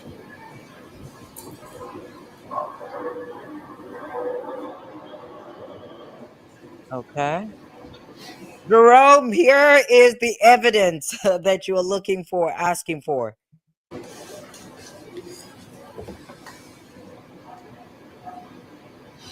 Jerome, here I'm gonna rename my video because Jerome, this is what you're looking for. So if this trial, if the prosecution does not rest by the end of next week, then we're going to spend next weekend. Cannot be set. Maybe it can be Saturday. I don't know. Um I have a some type of conference thing that I'm going to on Saturday. Let me think about it. It's either go if the prosecution, obviously, if they rest, it makes no sense to go over the preliminary hearing because the evidence would already have come in. But if the prosecution does not rest uh next Friday, then either on Saturday or Sunday, we are going to, basically explore basically go down a rabbit hole of the preliminary footage.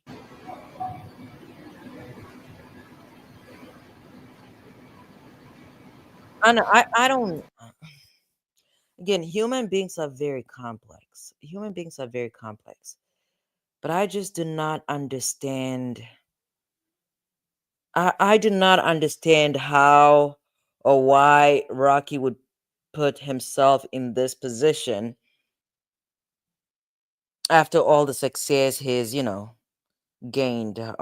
Again, human beings, I'm not judging, but I am wondering. I'm trying to think from a criminology standpoint. I'm trying to figure out what's going on here. So while I'm looking at this surveillance footage, what I'm thinking about is going back to again, this is just how it works with me, you guys. So if you're not used to somebody bouncing around, then I don't know, welcome, I suppose.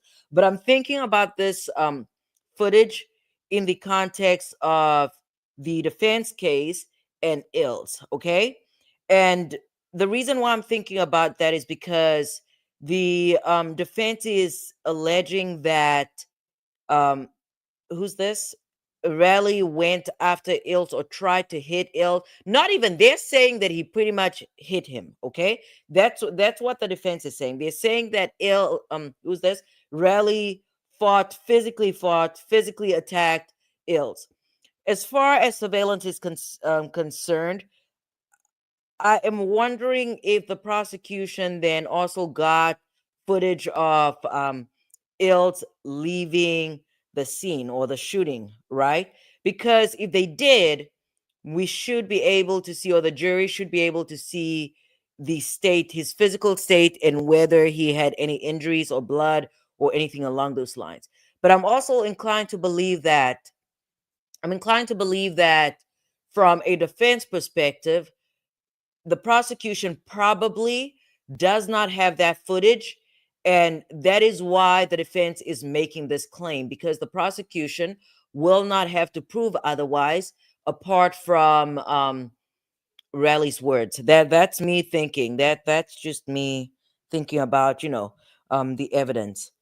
Let's see. So I'm sorry, I'm talking about shout out to Old Bag though.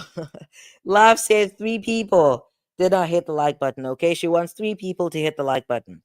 And then Brooklyn says, no, I didn't catch up. I plan on being up until late to catch up where I left yesterday. Okay, and then Brooklyn says that the video are very damaging for Rocky. Why do you think the videos are very damaging for Rocky? And I honestly, when I got up this morning, I was gossiping. Okay, you guys know that I like gossiping. So I called up my girl Callie, and we were just doing a whole lot of gossiping. But the first thing that I wanted her to do was I wanted her to watch what is this? The prosecution's redirect, okay? Because I mean, she had concerns. I think in the chat we've previously seen that she had concerns. Um, let me not say concerns.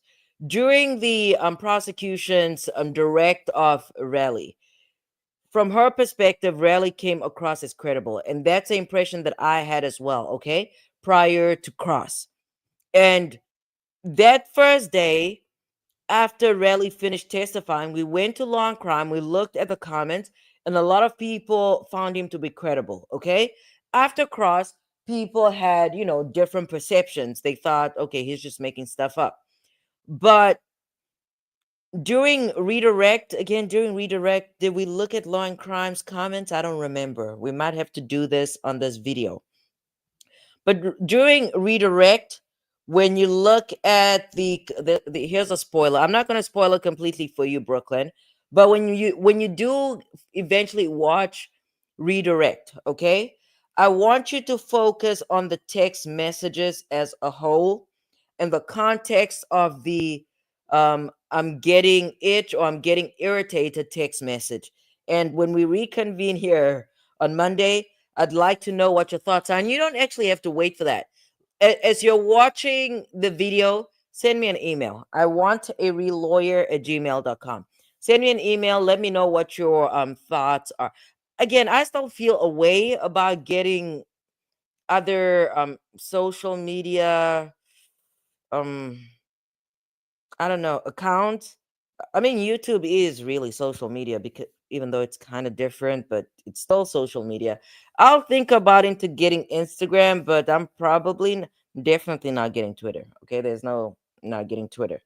Um, TikTok. No, I mean, I don't even think people can download TikTok anymore. But as far as whether I'll get on Instagram, let me give it some thought because that might be an easier way of communicating than sending an email or sending me a letter in my PO box. Okay. Anyways, let's get back to the video. Oh, I'm on the wrong page.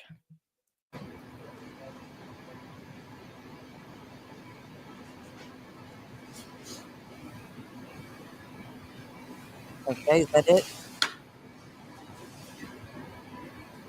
Dang, this is actually that camera is probably the clearest thing I've seen so far. Thing being surveillance footage. Yeah, because over here it's not that clear, but that one, I mean, it doesn't show anything incriminating.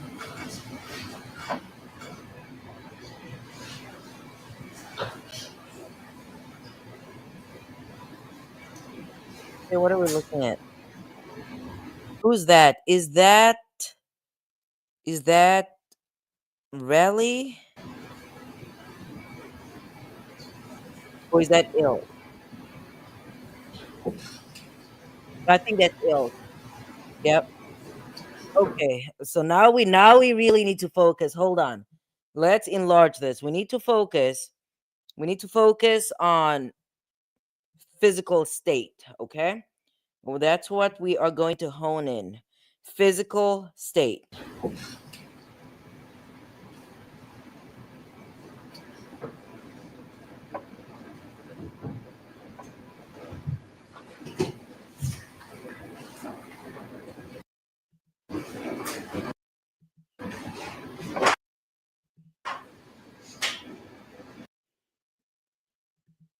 Yeah, no, I don't see. I mean, again, it's not that great, but I don't see. Hmm. It might be hard to tell, but I don't exactly see physical injuries. Not to say that, they're claiming Raleigh, attacked this man or hit him or whatever. But we're about to see because that one camera was very clear. But do you guys see how I actually think about the evidence as I'm watching it? As I'm watching, things unfold, I think about the evidence in a number of ways. So I do more than just gossip. All right, let's see. Wait, what was that motion? Okay. I'm curious to find out, is ASAP, I don't know, Brooklyn might know this because Brooklyn, I don't know where he gets his information from, but he knows a lot of stuff. Brooklyn, I'd like to know, ASAP Rocky's house at the time, okay? At the time, was that house in this area or is it just an area that they knew? Because I'm trying to figure out now if, I mean, at some point, Ilse is definitely going to link up with Rocky and who?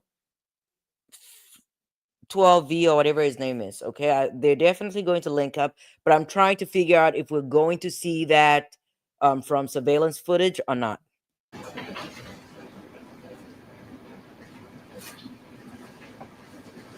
Okay.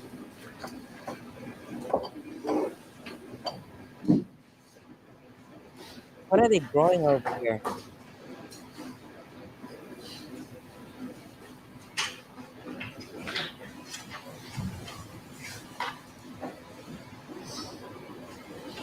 Now that I'm also thinking about this, in terms of the knife that was pulled out, okay, let me think about it. Let me think about it in my head, and then um, when I've fully formed my thought, I'll come back.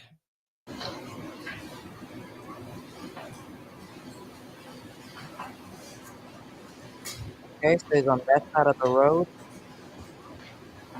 How do your friends leave you though? I have a real question about that. Fever, I need your input on this one and everybody else.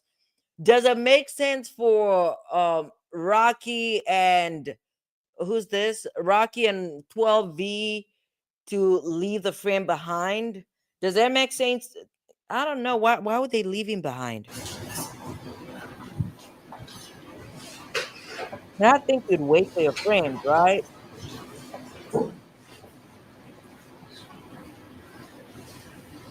It's awesome.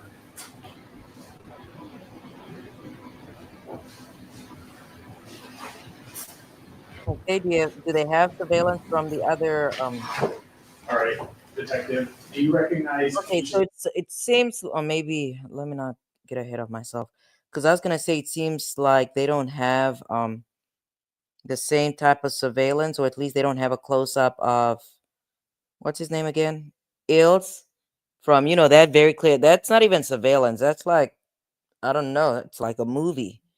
Because I actually really want to see the state of his face, unless he took a different street or something. So what? That's an order. No, but I can send it to you. What? What did previously say? No, but I can send it to you. I don't know. Even a year ago, he's just a hothead. What? No, but I can send it to you.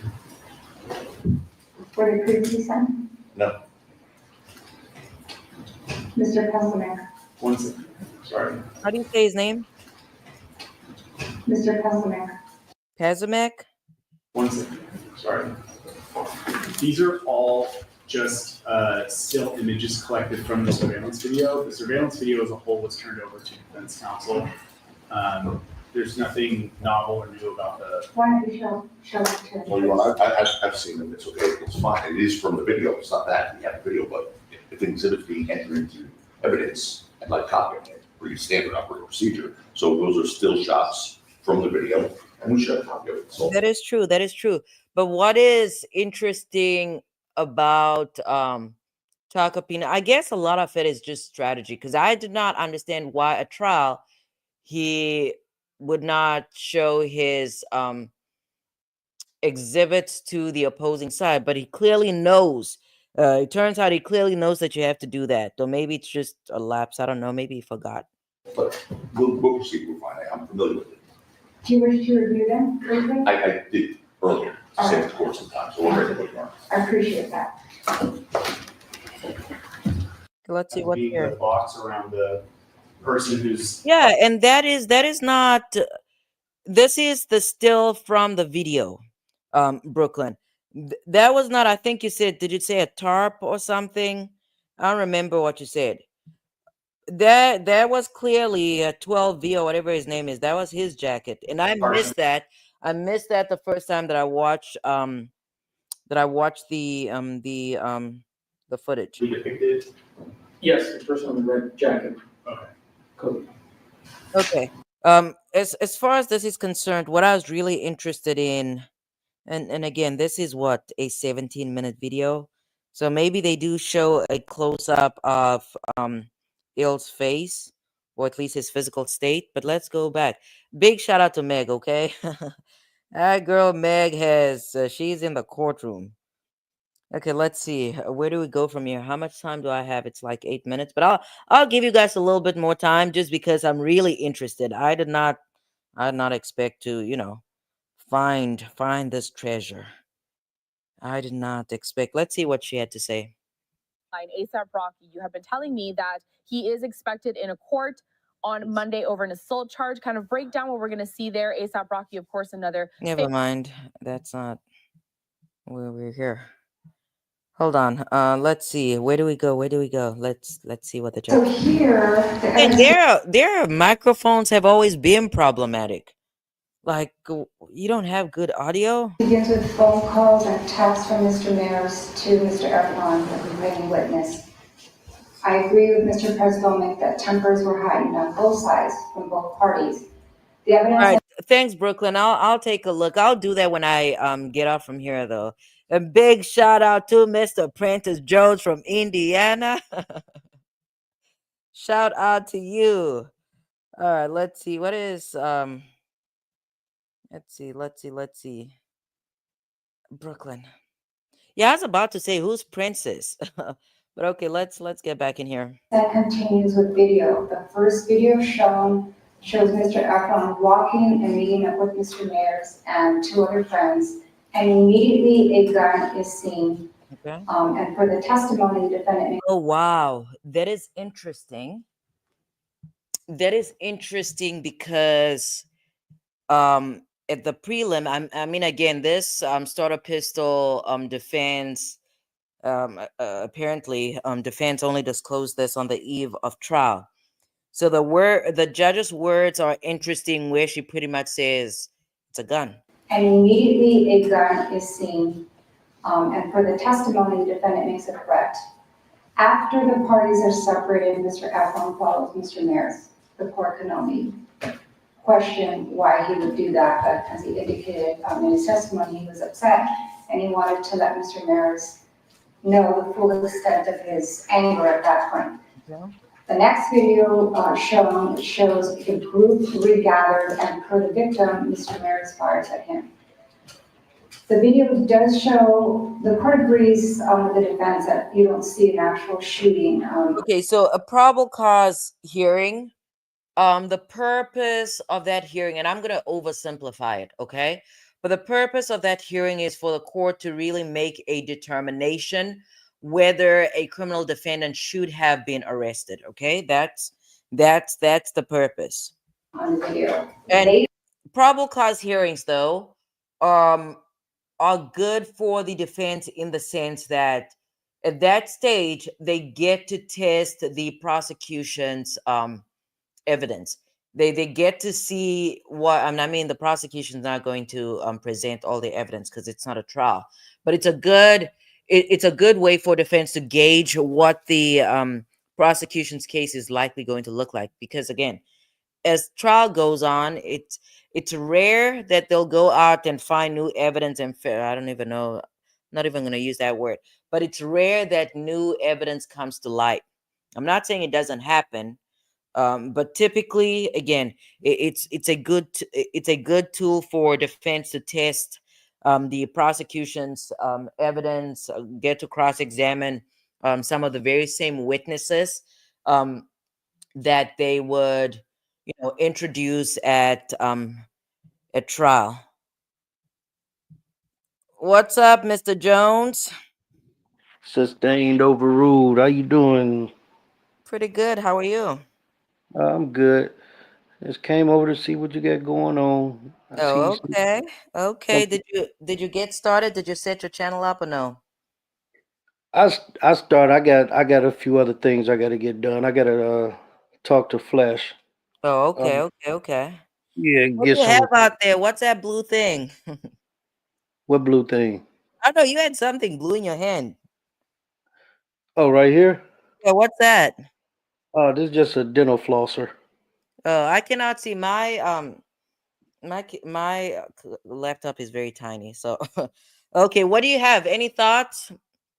I just came in. I seen your title. So about ballistics. So I haven't heard nothing about it. So I was coming in to see what was going on. Oh, okay, okay. So we started off with, day one, where Right. the prosecution introduced the ballistics report. And by introduced, I mean they basically want it to be admitted at trial. Okay. So Okay. that's what we looked at. We're listening to Takapina's, argument why it should not be let in. But obviously, at this stage, we know that the judge basically ruled that the prosecution can introduce it at trial. But I mean, the judge did prevent them, not even prevent them. He ruled that prosecution was not allowed to introduce it during the opening statement. They could not talk about it, make any mention of it.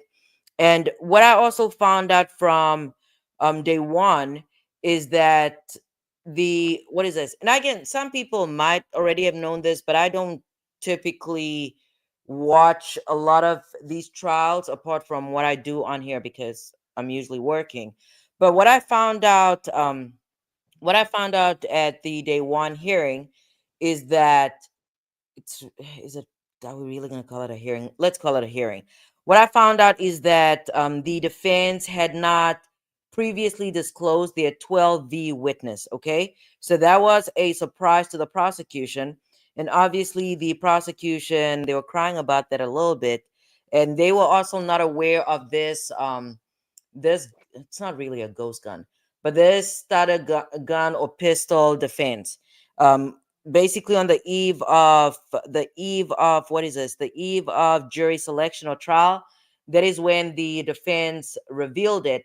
And according to Megan's article, I went over an article, I'll link it in this video when I'm done.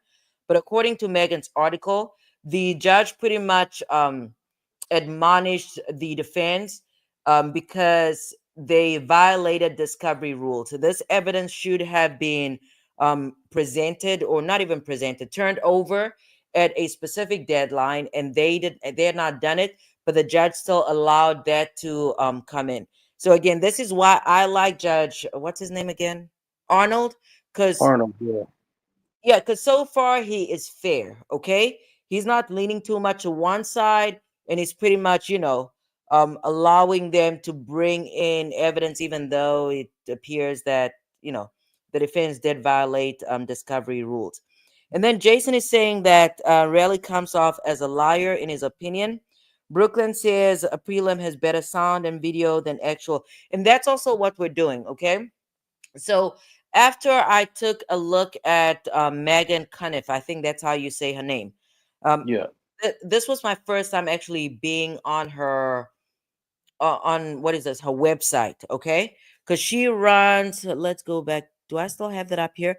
Right, so it's called Legal Affairs and Trials.com. I went on a site today just to see exactly what she has going on there.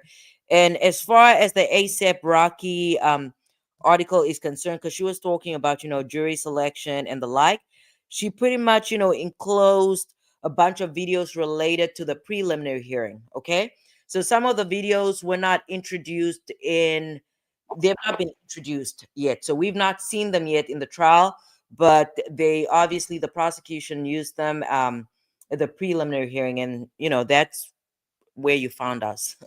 So we're looking at some of those videos. Okay. Now most of that you said I seen the ballistics part. I didn't see that part. But Okay. here's my question: if you don't have a gun, Mm-hmm. and it's already been stated that the shell casings had no fingerprints on them, what ballistics do they have? Pretty much from my understanding, again, the report itself is not in. We'll find out more about the report when it comes in.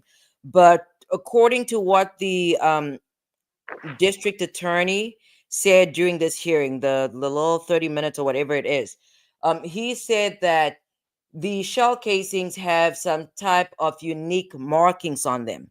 And the unique markings, even though they're not tied to a specific gun, the unique markings on them, according to this report, say that they were fired from possibly a Glock, or not even, I think the words were they were fired from a firearm, which also includes a Glock.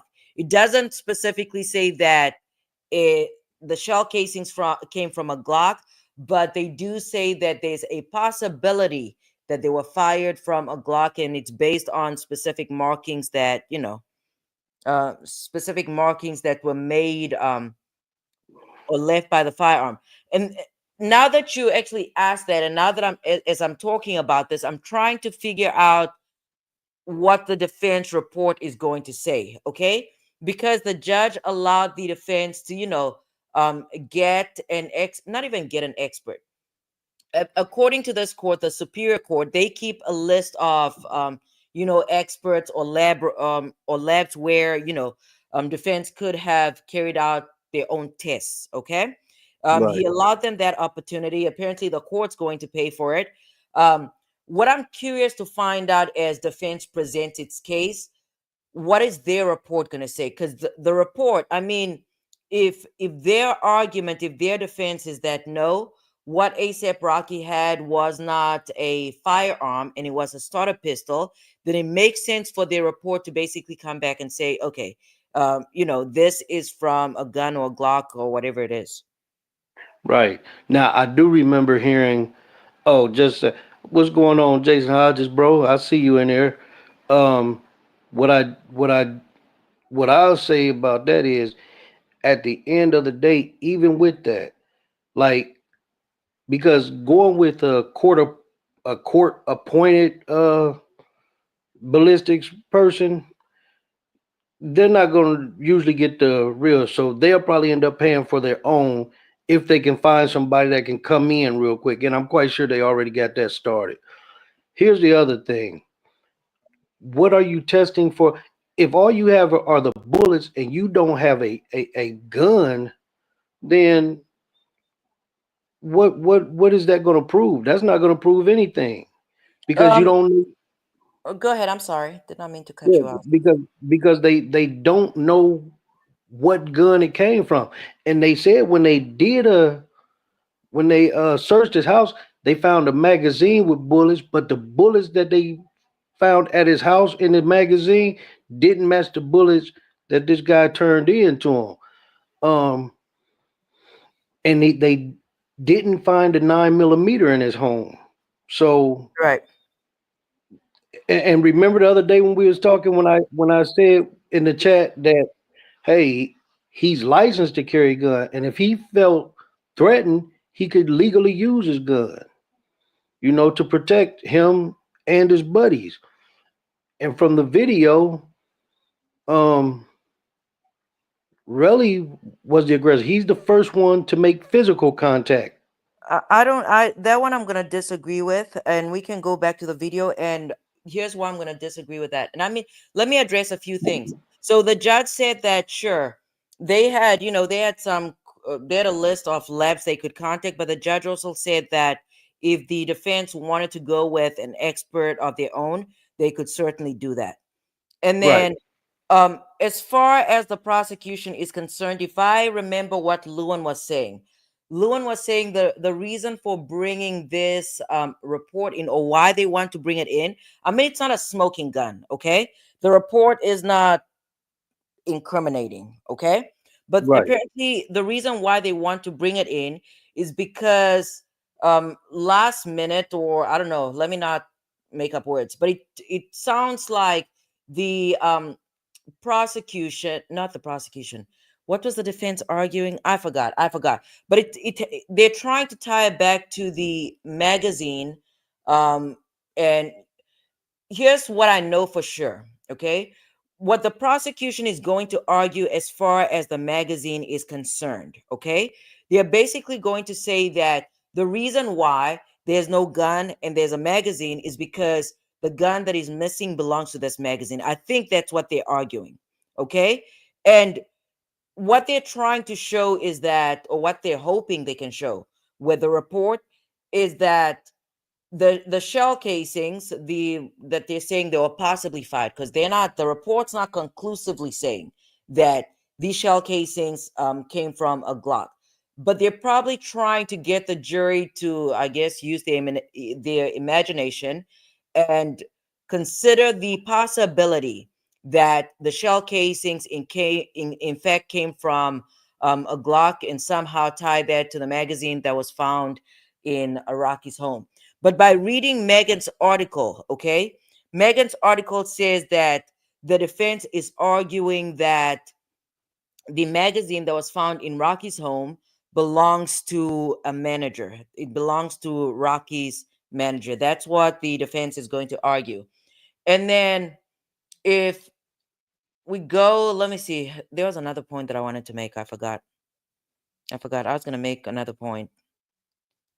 Oh, right. Let's quickly go back into that footage though. I want to listen to this judge. After we listen to the judge, we are going to find, I played one of those videos because I think it was played at the prelim. But let's listen to this judge and then we get into that video. Here in another section of the video, you do hear 2 shots. In any event, Mr. Efron does what appears to the court to be a dance around one of the other individuals to avoid being shot at. Okay, and again, it's in terms of what this judge is saying here, she said 2 things that stand out to me. The one, she says that, Rocky has a gun. The other, she's saying that Efron is making a dance around another individual who I would think is Ills. Yeah. Right. Yeah. And that is, again, it's that argument of, was Raleigh using Ills as a body shield, or are we going to go with the defense by them basically saying that this is the point where he was actually hitting Ills? But okay, let's move on. In his testimony is that he was shot, and there was evidence of that via the clips that were shown of his knuckles and so forth. Okay. We then see a video. That's also very interesting here. But again, when it comes to preliminary hearings, you only hear the prosecution's evidence and not the defense. That's that's Right. a different. Returning. Go ahead. I'm sorry. And normally, what the preliminary hearing for you is just to see if there's enough evidence to bound it over to the superior court. I mean, because everything that she's saying, it really doesn't matter, because the judge, what's his name, Arnold, he's Right. the one that makes all the decisions at this point. Right. So even what she's saying, and they're still going to have a hard time with that evidence, because here's the question: if and I'm gonna make this quick so you can get back to what she's saying. That's all right. If you went back to the crime scene 52 minutes later and found those shell casings, why did you not take them right away? Why did you get on a plane and go back to New York and go to the hospital in New York and then come back 2 days later and file charges? That's a hurdle they're going to have to get over that I don't think he can get over. Like, Yeah, because I mean, that's even the least of my concerns. Okay, the least of my concerns, to me, I do not see. Sure, the shell casings, and I mean, I do have a theory about that. Okay, I have a theory about that. The shell casings, and as far as him seeking medical treatment in New York, he's somewhat explained that away. To me, the biggest issue is the delay in actually filing charges. Okay, and again, I am not going to describe this as a money grab, because I understand how criminal courts work from the perspective of an attorney. Okay, and I also understand people. I understand that, again, people are just very complex. But in this case, the biggest issue is going to be not so much the filing of the lawsuit. The biggest issue is going to be if the not the what is this? If the jurors are under the impression that he would not have filed criminal charges had he actually been compensated, I think that's the biggest hurdle here. And what complicates it, and I'm going to ask you this question. I'm going to ask you this question, Prentice, from a male perspective, okay? And Okay. again, some things. Okay, let me just ask the question, okay? Under these All right. circumstances, we know that ASAP Rocky, ASAP Rally, the Ilt, and everybody, they were friends as far as if they were real friends. I don't know, but let's just describe them as friends, okay? And Right. it's very clear that they are men, okay? And Right. I also want you to consider where these people are coming from. They're mostly coming from Harlem, okay? Right. So it's a different environment, okay? So under those circumstances, I don't again and again, they're men. I think the biggest thing here is them being men. I think it was yesterday or the day before. One of my co-consuls out here, Fever, he has talked about how under these circumstances, these people should have basically just brought out gloves or whatever, fight and keep it moving. And I think Jerome has also alluded to that, or at least back in the day when he was younger, that's what apparently friends would do. You have a disagreement, you fight about something, you move on, and I guess you become friends again. I don't know how that would work because I hold grudges. But my real question to you, though, under these circumstances, okay, whether he had a starter pistol or real gun, that's not the real argument here, okay? What I want you to consider under these circumstances, based on what we've seen on surveillance, clearly these people, there's some type of faction, there's a divide here. Raleigh Right. went on, he went on about his ways, and ASAP Rocky went about his ways, and obviously they have mutual friends. Is there Right. a possibility, right? Is there a possibility? I'm talking about from the perspective of just men. Forget, you know, criminal cases, or maybe even actually consider the criminal case. From the perspective of men, do you think that the friend group possibly could have been going back and forth between Rally and ASAP Rocky? Maybe people going to Rally and saying, listen, this is your brother, this is your friend. You guys have known each other since you were 17, 18. Drop the charges. And do you think folks may have possibly gone to ASAP Rocky and been like, okay, this is your friend, this is your brother, pay him some money, let this thing come to an end? Is that a possibility, or do you think that just never took place? Um, it's always a possibility, but I'll say this.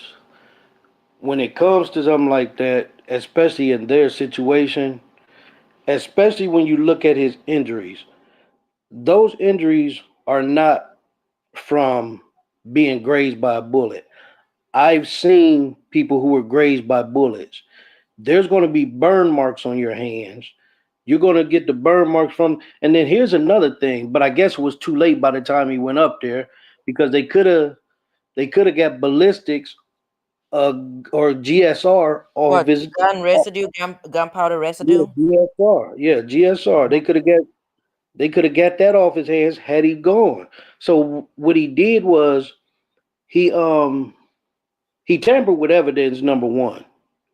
What evidence did he tamper with? The shell casings. And when you say he Because tampered with evidence, what did he do to the shell casings? by touching them, period.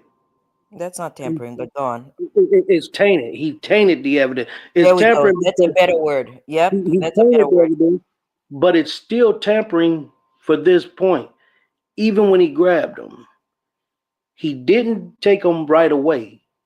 He flew back to New York, and that's Uh-huh. why I question. That's why I question if what he's saying true. And if you remember the video, remember there was a guy who came down on a skateboard. Somebody was on a skateboard, We just watched and that. Yep.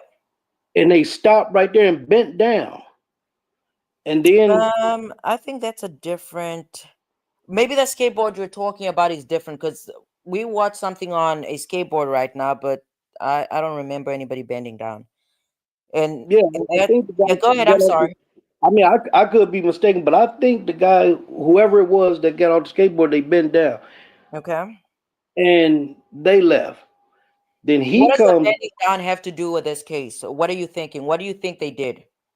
I don't know. I can't say nothing because we don't know what it was. Nobody knows. Mm-hmm. But what we do know, and that's where the tampering comes with. The evidence is tainted by him touching it. It's Okay. tampering because he took them, and for 2 days he never did nothing with them. So now, really, that evidence shouldn't be allowed in court because it was tainted and tampered with. I think ASAP Rally's biggest problem is reaching out to, and again, under these circumstances, like I said, uh, he says he does not like police. He does not hang with police. I think his biggest problem is not calling law enforcement immediately. Okay, but even that said, I'm just trying to consider the fact that these people have been friends for an extended period of time, and I would like to believe that after, if it was, um shots from an actual firearm, or if these were warning shots from a starter pistol, I do not doubt that when Rocky, Ills, and 12V went wherever they went, I do not doubt that there was a lot of conversations among friends and were just traveling. Okay. Yeah, And right, under those circumstances, I do not doubt that from their friend group. And I'm just talking based on, the comments that people have been saying, because a lot of people cannot believe that Raleigh is testifying against his own friend. Okay. So, under those circumstances, I do not doubt that there were people reaching out to Raleigh and saying, don't do anything with this. So, right, based on that, I understand how he could have waited 2 days. I completely get that. I understand, but again, that is just me. The one thing you'll know about me, I don't take sides. I'm just right. talking about the evidence from the prosecution and the defense, and I'm trying to understand the case from both angles. Right. Well, here, let me say this, and this is what I personally think. Listening to everything with the trial and everything, like I said, I don't know those young guys from a can of paint, but listening to the evidence, what I believe happened, even before this whole situation happened, I believe people were telling Rocky, "Hey, you need to get away from this guy. He's not right. Hmm. He's not right. He's gonna bring you down." And and even from the stuff that we seen in trial, you could see there was some jealousy and envy. There's something. There's There's, something there. there's jealousy and envy. And I know, like I said, I'm a 50-year-old man, but I've been in tune with the hip hop community since it's been hip hop. Yeah. And a lot of these guys that Actually, hip hop people, is older than you. I'm just gonna say that. it actually is 50 years old. No, it was 50 in 20, 20, 24. no, 23.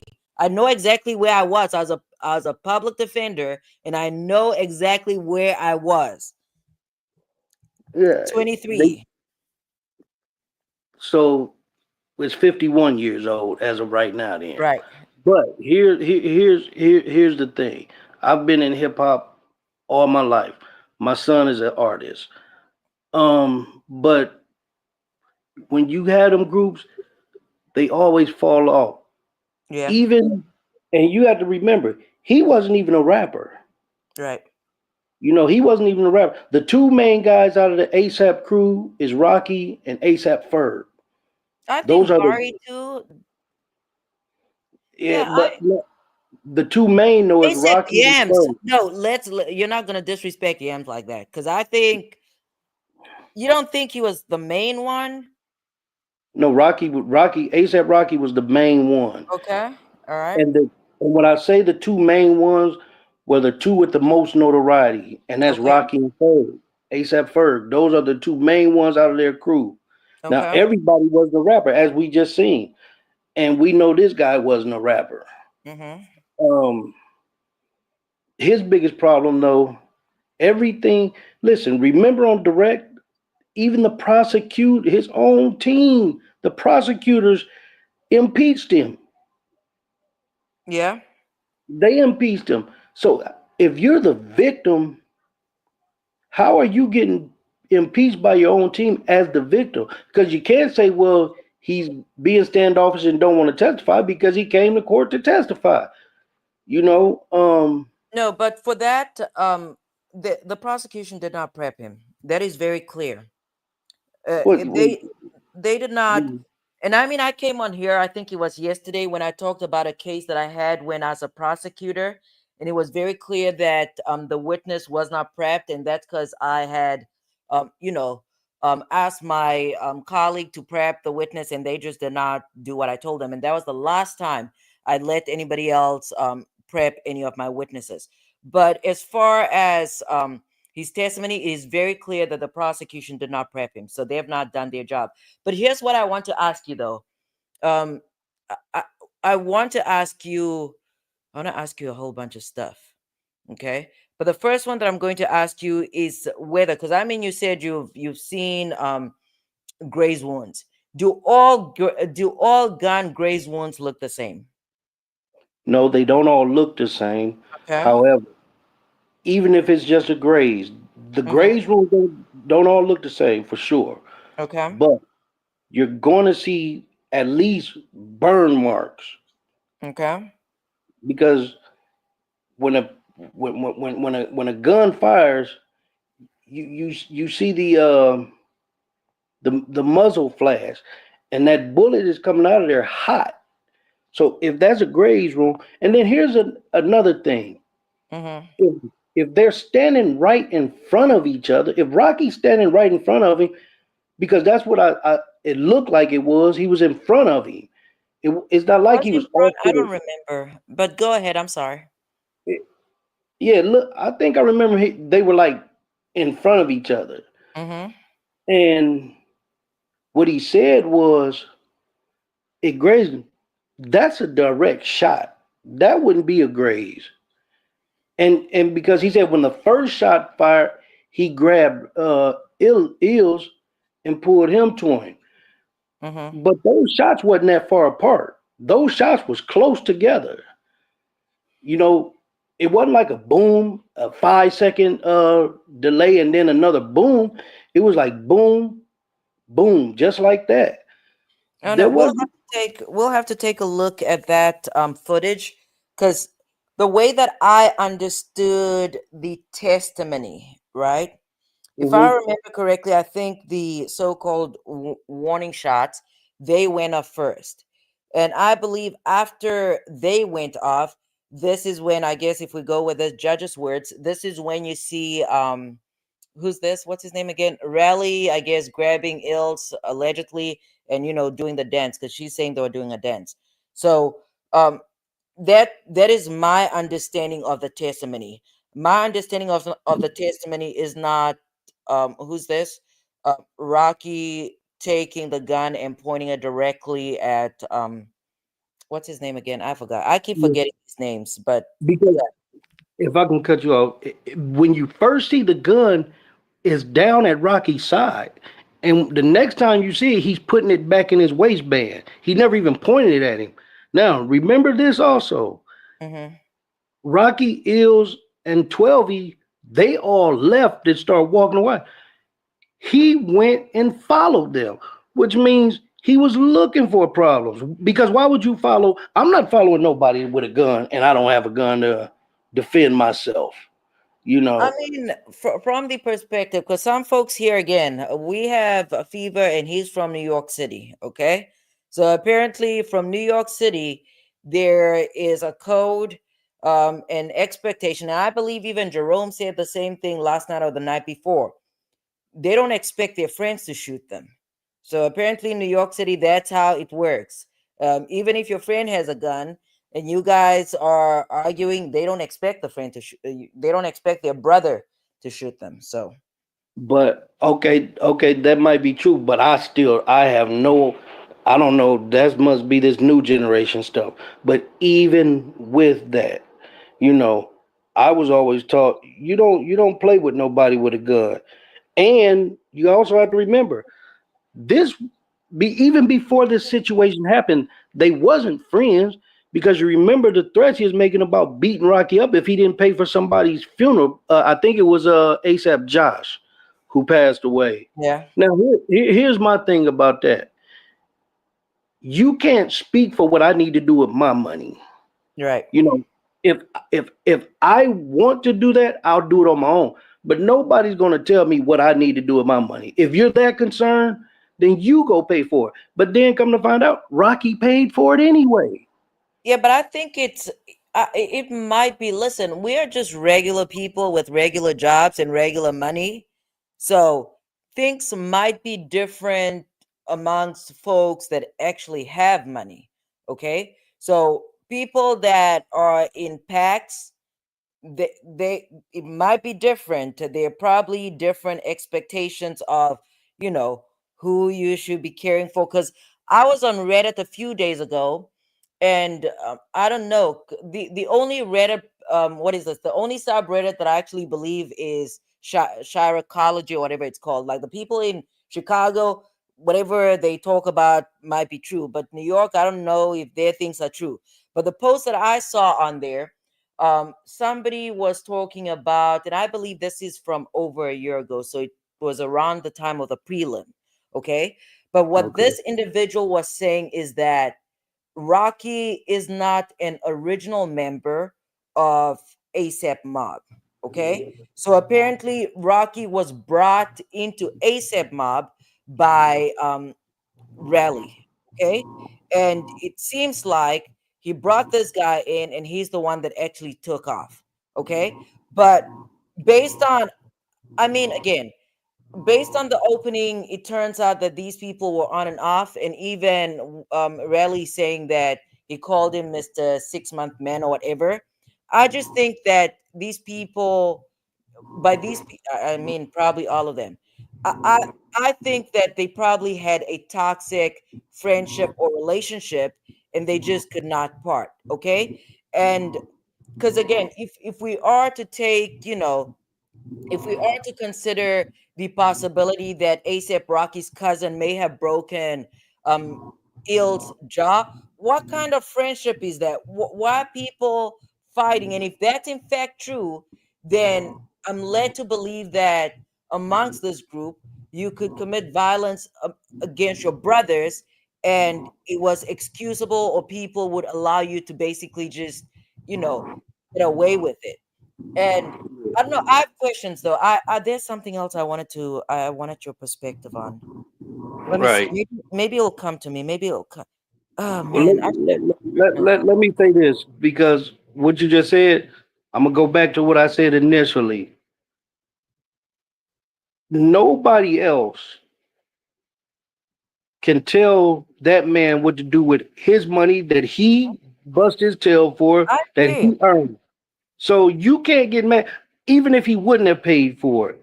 You can't get mad, at this man for that. And you talking about what you're gonna do to somebody, but if you go on his Instagram, he's living lavish according to his Instagram. So why didn't you pay for it? You can't count nobody else's pockets. You Well, can't do again, that. that might be that. Again, that might just be how they do it. Okay, that might just be how they do it. Because look at this example. Because I was randomly thinking about what's this? I forgot the artist. I forgot the artist. But oftentimes, even when, you know, people, when they're released from, you know, incarceration, and they come home or whatever, there's an expectation that somebody's going to be dishing out money. So I don't know, for a person like me that works a regular job and does regular things, um my money is my money. Okay, but Right. amongst, you know, folks that have wealth, and folks that run in packs, and folks with different responsibilities, there might be a different expectation of what they are required to do. and I cannot relate to that because I get a regular check. So Here's the thing. I can relate to that because I have friends who are very well off. Here's why I can relate to that. Because at the end of the day, those same people with all that money, they have families, they have parents, they have siblings, they have children, girlfriends, wives, or whatever. So to tell me what I have to do with my money and I have other responsibilities, right, no, you can't do that. And here's the thing about expectations. You should expect nothing from nobody but to right, be who they are. The yeah, only expectations I have of anybody is to be who you are. I don't expect nobody owes me nothing. Now, if somebody does something out of the goodness of their heart, then you count that as a blessing. But to say that I'm obligated to do something, you can't count the next person's pockets like that. And that's what he's trying to do. That's why I listen, his testimony destroyed the state's case. His testimony, he's the victim, he's their quote unquote star witness, and he fell apart. I don't know if you remember in the chat the other day. Remember when I wrote in the chat, I said, just watch when they get him on cross, because I knew what was going to happen.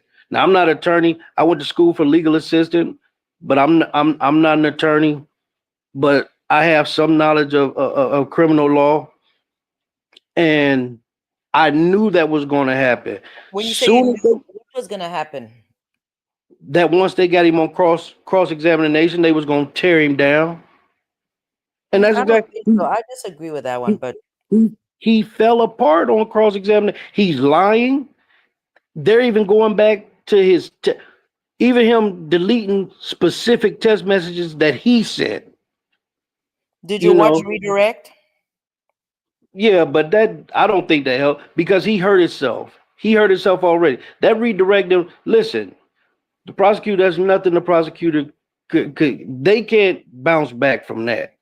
Now watch, because he got redirected, but recross is coming up Monday.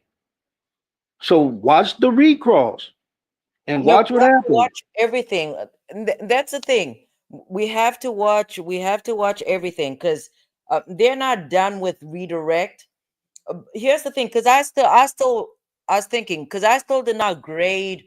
I did not grade Takapina for his cross of rally, and because to me again, when Takapina did exactly what I knew he was going to do. Okay, what I mean by that is the man is a hothead. Okay, and when you behave in that manner in front of a jury, it's difficult for the jury to follow what you're saying. Okay, so they don't focus on your words. Even when the Weissel trial was going on, I told people the jury is not going to like Steele. They're not going to like Steele, and they're not going to like Love. But because Brian Steele represented whatever his name is, I forgot his name. Because Young Thug. there we go. Because Brian Steele represented Young Thug, that's who people clung to, even though Brian Steele was not even the best attorney in that case. The best attorney in that entire case is Meg Shard, without a doubt. But No, I'm just he- telling you, let no, me say this. Meg Here, Shard is still. But let me finish, Prentice. Um, okay, go ahead. as far as Takapina is concerned, again, I do not like the manner in which he behaves because juries hold that against defense attorneys and public defenders. And when they hold it against the attorney, they're definitely going to hold it against the client. Okay. My problem with what's his name again? Takapina's cross, for one, he allowed, again, during direct, it was very obvious that the prosecution could not control Raleigh. And if the prosecution could not control Raleigh, there was no way Takapina was going to be able to control him on cross. That's just a fact. And what I did not like about Takapina's cross examination is the fact that he allowed Raleigh to explain himself. That's not how you do cross examination. Okay? For cross examination, yes, no, move on. Don't be arguing with a witness in front of the jury. Why? Because you are the attorney. You're the one that's in charge. you don't allow the witness to be in charge. And then again, I just do not like the fact that it was not proper cross-examination. Maybe yeah, that's a struggle. So with me, I still do not know how I am going to grade the cross-examination. I mean, Raleigh did whatever he did. He remained inconsistent, but I would have preferred if Takapina allowed the female attorney to do the cross of Raleigh. And the reason for that is because she appears to have a calmer demeanor. And because she is young or appears to be young, she would not be as arrogant as I called him Takapina. And under those circumstances, when the defense attorney is calmer, when they appear friendly, they can pretty much lure the witness in. Okay, so in from a strategy perspective, I would have gone with a female attorney because she does not appear to be that intimidating. Under those circumstances, you get the responses that you want. Go ahead. Okay, I'll say this about that. I think Takapina did exactly what he was supposed to do. He Okay. got under skin. He flustered him, got him when he started catching him up in lies. His body language told everything. Yeah, they might Okay. not listen, but then a jury sits up and they see your body language, how you do, you're being argumentative. Even the judge had to keep telling them, stop, Right. stop, Mr. Efron, stop. He asked a question, you just answer with a yes or no. The judge stepped in and said that. So, and even letting him ramble on, he's going to put his foot in his mouth, which he's done. So yeah, no, Takapino shouldn't have stopped him. Keep the why. That's the exact reason why, even under direct, you notice they didn't object when he started talking and just going on. Now I did think they should have objected to the leading questions that the prosecutor was I was asking. just about to say that. So Because they're, because they're sleeping. and somebody said no, let him talk. I said no. I said yeah. Him rambling is good, but the leading questions they can only ask leading questions when they ask permission to treat them as a hostile witness. Then you can ask leading questions. I But wouldn't say only, but because there are other circumstances when you can lead your own witness. But yeah, no, here's the thing, and that's why for me, I've maintained that it's difficult for me to grade Takapina because he did have some highlights, but from an attorney's perspective, that was not that is not cross that I would show a law student on how to cross. So from that perspective, and considering he's considered a high profile attorney, I didn't like the cross. I wouldn't say that it's average because I just don't know how to grade it. So I'll have to give it some more thought. Because my reason for watching is more so to critique from a trial practice perspective. That's why I watch the trials. In terms of because even who's this? Um the prosecutor Lewin or whatever, I cannot stand him. I cannot stand him, overly argumentative, behaves in the same crybaby, manner as huh? crybaby. He's a crybaby. The same him and Takapina, the exact same person. That's the exact same person. I cannot stand the prosecutor, but he did something very smart at I cannot remember which day it was. During cross, when he realized, I mean, they still did not prep that witness, so the prosecution dropped the ball from that perspective. But during cross examination, when he realized how argumentative his client was, and he basically started stipulating, that was very smart. It was a good move, but it does not change the fact that him and Takapina are pretty much they're the one and the same person. They argue Oh, about things they shouldn't be arguing about. and here's what I'll say about that. Yeah, And what and are I you about to cook? nothing. I'm just getting me something to drink. Oh, okay. Give me a little juice. Here's What what kind I of juice? Great value. Let me see. What are you making? What's that? Turn uh it around. What's the it's the label? it's the zero sugar it's the zero sugar. It's the great value strawberry watermelon. Watermelon. All right. I'm gonna. I love Walmart. Shout out to Walmart. That's what I'm Yeah. getting into. I'm going grocery shopping in the morning. But Yep. okay, what are you saying, Prentice? Now, and like I said, when I first started hearing Tacopino, even before he spoke, even on direct, when he wasn't objecting to the leading questions. Now I know he had a reason for not doing that, but because he wanted Relly to ramble, and and he was stumbling and fumbling all through his testimony. However, when he wasn't objecting to the questions, I'm not talking about the responses, the questions, the leading questions. I was like, man, he's not doing Rocky no favor. Yeah. But then once he got up there on cross and started breaking down, the same thing he did with the prosecutors, really, he started doing with the defense. Even more so, explaining you don't your yes should be yes, and the judge kept trying to help him.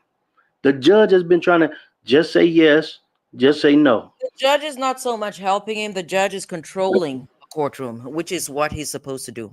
Well, yeah, well that's what they say. Yeah, that's what he's supposed to do. But for real, I think he was really trying to help him out because he was looking terrible to that jury.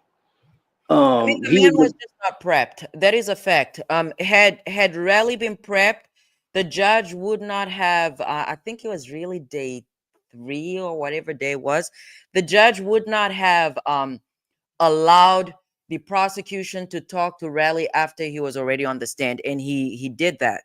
And again, this is, I don't know, Judge Arnold. I don't know if he was always this fair or always this lenient, or maybe it comes with age, but he's not leaning more to one side than the other. He's just, no.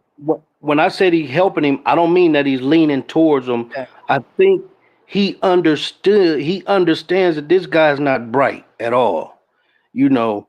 And so he's trying to save him because he's killing himself. Not like that he's leaning towards one side or the other more because he's yeah, not. And I said that um I think in Flesh's chat, you know, like no, I said it in Survivor Speaks chat tonight. I yeah. said I said it seems like he's trying to help him out. Not that he's leaning towards that side, but he's trying to keep it where this guy don't put his foot in his mouth no more than he already had. And this guy still wasn't listening. Like when the judge has to keep admonishing you to, hey, stop. He keeps saying stop. And you're sitting in front of the jury and notice his body language. They did not prep him. The Talk, the attorneys the attorneys failed their, and I'm not even talking about just the prosecution, okay? Even the civil attorneys, because the prosecution, I've mentioned this before. Prosecutors don't get a pay increase for, maybe in some states they do. They don't get a pay increase for convictions or acquittals, or they get paid regardless. But right, the civil attorneys, though, the civil attorneys, they only get paid if they recover any type of money for rally. So right. under those circumstances, okay, under those circumstances, you have to take care of your client. What I mean by that is there are certain things they should have prepped him for in terms of, because again, the testimony from this trial is fair game in the civil case. And apart from that, sure, Raleigh might be in court with his attorneys, but trust and believe that Rocky's attorneys are going to benefit from this trial as well. Okay? Oh They're yeah. watching as well. So, under those circumstances, the civil attorneys failed their client because they did not prep him, and they should have prepped him. They should have prepped him on, you know, the way he carries himself, because I'm pretty sure they've had discussions with this guy before. Okay. Yeah, I So was just going to say that. yeah, so they know, and I mean, there's a what is this? There's a transcript that Takapina brought in.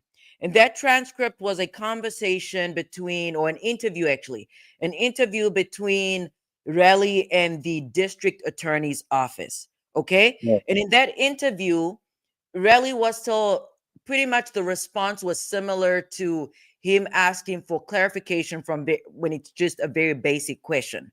Okay. So I'd like Right. to believe that this is really who he is. in real life. He doesn't code switch. That's why while he's on the stand, he will say fuck. He's saying what on earth. He behaves in the manner that he's behaving in, right? So Right.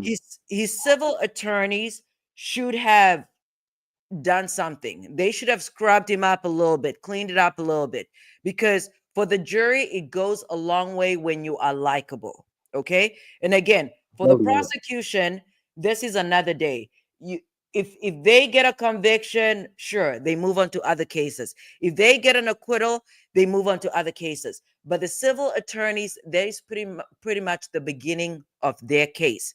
So they should have worked a little bit with him in terms of how to address the judge, how he should have appeared. And I don't know how they could not have done that, because these are attorneys that they're considered prominent attorneys, because they work for law firms where they're settling, not even just settling, where they go to trial and secure millions of dollars in verdicts.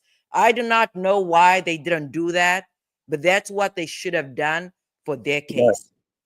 Well, you do know that the attorneys that's representing him now were not the initial attorneys that he had hired. Right. And that's completely fine, but they're the ones that are present at the trial. Because let's go to Right. Megan's channel, because I just watched one of her videos. I don't think it was a live. I think it was an actual video. Let's see. It's going to be one that I watched. Dang, this girl, I need to stop calling people girl. But this woman is, yeah, here. This is from 2 days ago. Are you coming on that? Would you be a snitch if somebody shot at you? Nah, I've never seen it. You never snitch, so somebody shoot at I you? reached out. I got a police in my leg right now. I mean, that's you. Yeah, When because you this at- is Benchu and Camila Vasquez, and these people, they don't play. These are, in terms of trial skills, they're very, very good and efficient in the now, though, courtroom. look where you at now, I though. was snitched. Hey, Right. hey, look where you at. Are you still calling this one the ASAP? And I mean, fair Here- enough. here- Can I say this real quick? Yeah. Here's the problem I have with them attorneys. Mm-hmm. When they brought him, when he came out and this guy started asking him questions, you know the first thing they should have did? Told him don't respond. They should have told him that before they came out the door. Right. Just keep walking, don't respond. Right. You know, just keep walking. Because now that's all over everywhere, the internet and everything. So he can't help himself. He has to talk. And usually when a person is like that, they got something to hide. I mean, because you're talking too much. No, some people just talk too much. Some people don't know when to shut up. Right, Some but people just don't know how to shut up. And another person could say, if you're not talking, you're hiding something. So, some people just, but overall, though, his attorneys failed him. And the attorneys failed him from the very beginning. Okay. What I mean by that is, if we go back to the very first instance, or the very first attorney that he called or whatever, that pretty much told him to wait for him in order for them to go into the, I was going to say precinct, but I don't think that's what they're called in California. Anyways, to go to the police station, everybody failed him from the very beginning. And what I'm even going to say is, I cannot believe that. And even if ASAP Rocky was not arrested, okay, the moment that he retained an attorney, somebody should have told him, get off social media. Okay. I do workers' compensation, and that is a policy that we have. We have a social media policy, because the last thing we need is somebody that we're claiming was run over by an excavator, cannot sit for 2 hours, cannot carry more than 5 pounds, and they are posting pictures of themselves at Home Depot carrying, I don't know, 50 pounds. That's the last thing you want. So I do not know why even the civil attorneys, I do not know why they did not prep him, or I don't know, maybe things in California are not even I don't know. I have so many questions, but to me, what is very clear in this case is that Raleigh was not prepped. Yep. But even, I mean, and he's 36 years old. Let's look at that. It's not like he's a kid. He should know better. He Not should know. necessarily. I mean, in all fairness, Prentice, you did He say that he looks off. I think you called him special, or you said he's not all there. So under those circumstances, it makes sense for him to behave in the manner that he's been behaving because he does not know any better. Yeah, but he should know better at his age. Listen, At his you big don't age, huh? you don't go into a courthouse and conduct yourself like you do on the streets. You have to know how to conduct yourself in front of those people because when you get people who you're depending on to help you out, you have to go in there and you have to have some type of maturity about yourself. You have to know how to conduct yourself, and that's everybody. Leave the street stuff in the streets when you in a environment like that. You have to because all he did, I guarantee you, that jury is looking at him sideways. Without a They're doubt. not believing. They're not believing a word that comes out of his mouth.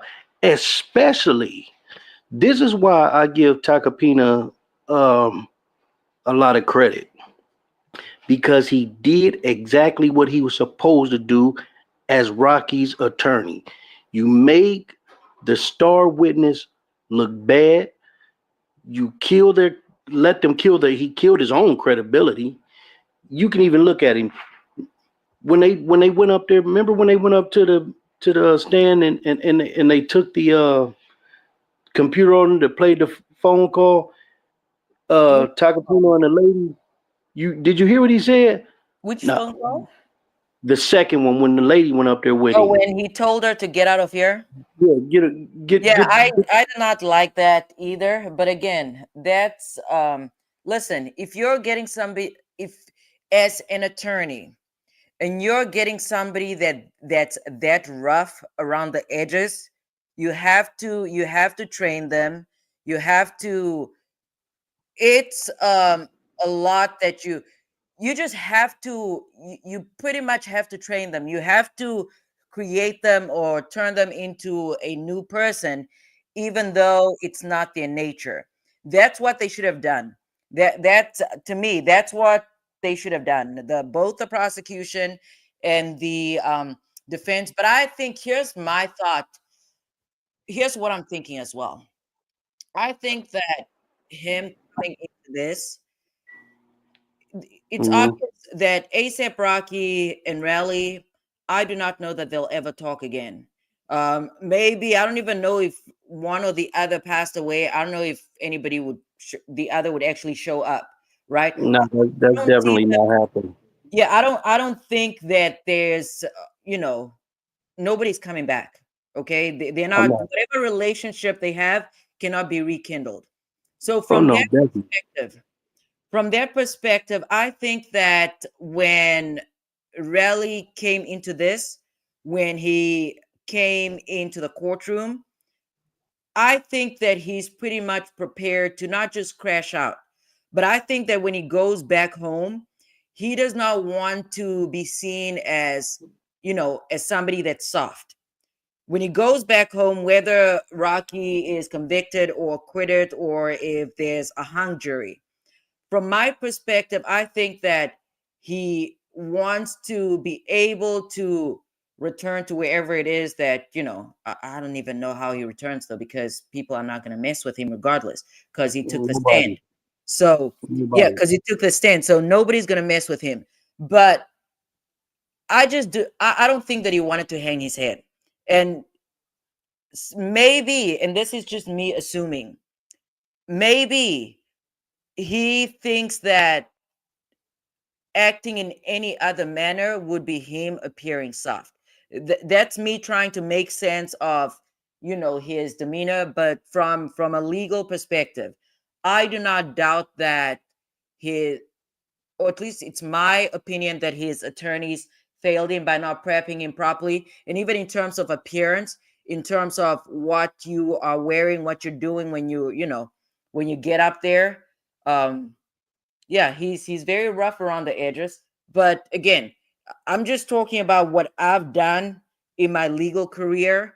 And even when we get a client that just does a whole lot of talking, because again, what I do mostly is workers' compensation.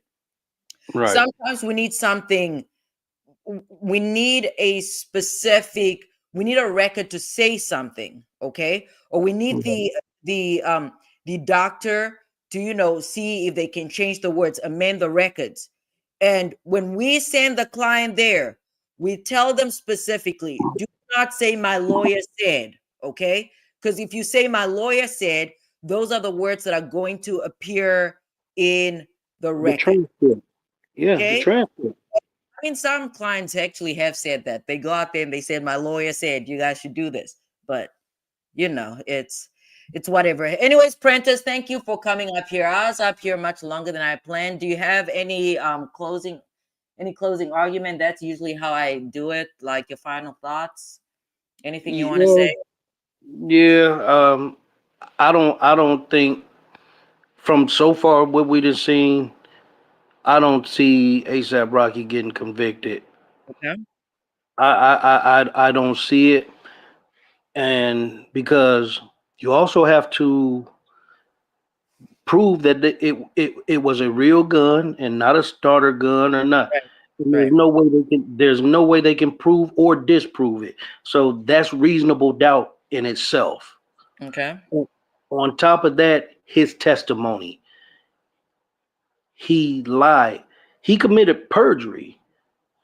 He committed perjury because at the preliminary hearing he testified under oath, and then he comes and changes it. So his credibility is shot with that jury, in my opinion. Okay. But I guess we just gotta wait and see how the rest of it play out. But yeah, see what goes on Monday. But I at this point I don't see a conviction. All right. Well, I have no interest in conviction or acquittal. I'm more interested in, trial skills. I'd like to see, uh, I guess what I'm really looking forward to is the defense testimony because or the defense case. I really want to hear from Ills, okay?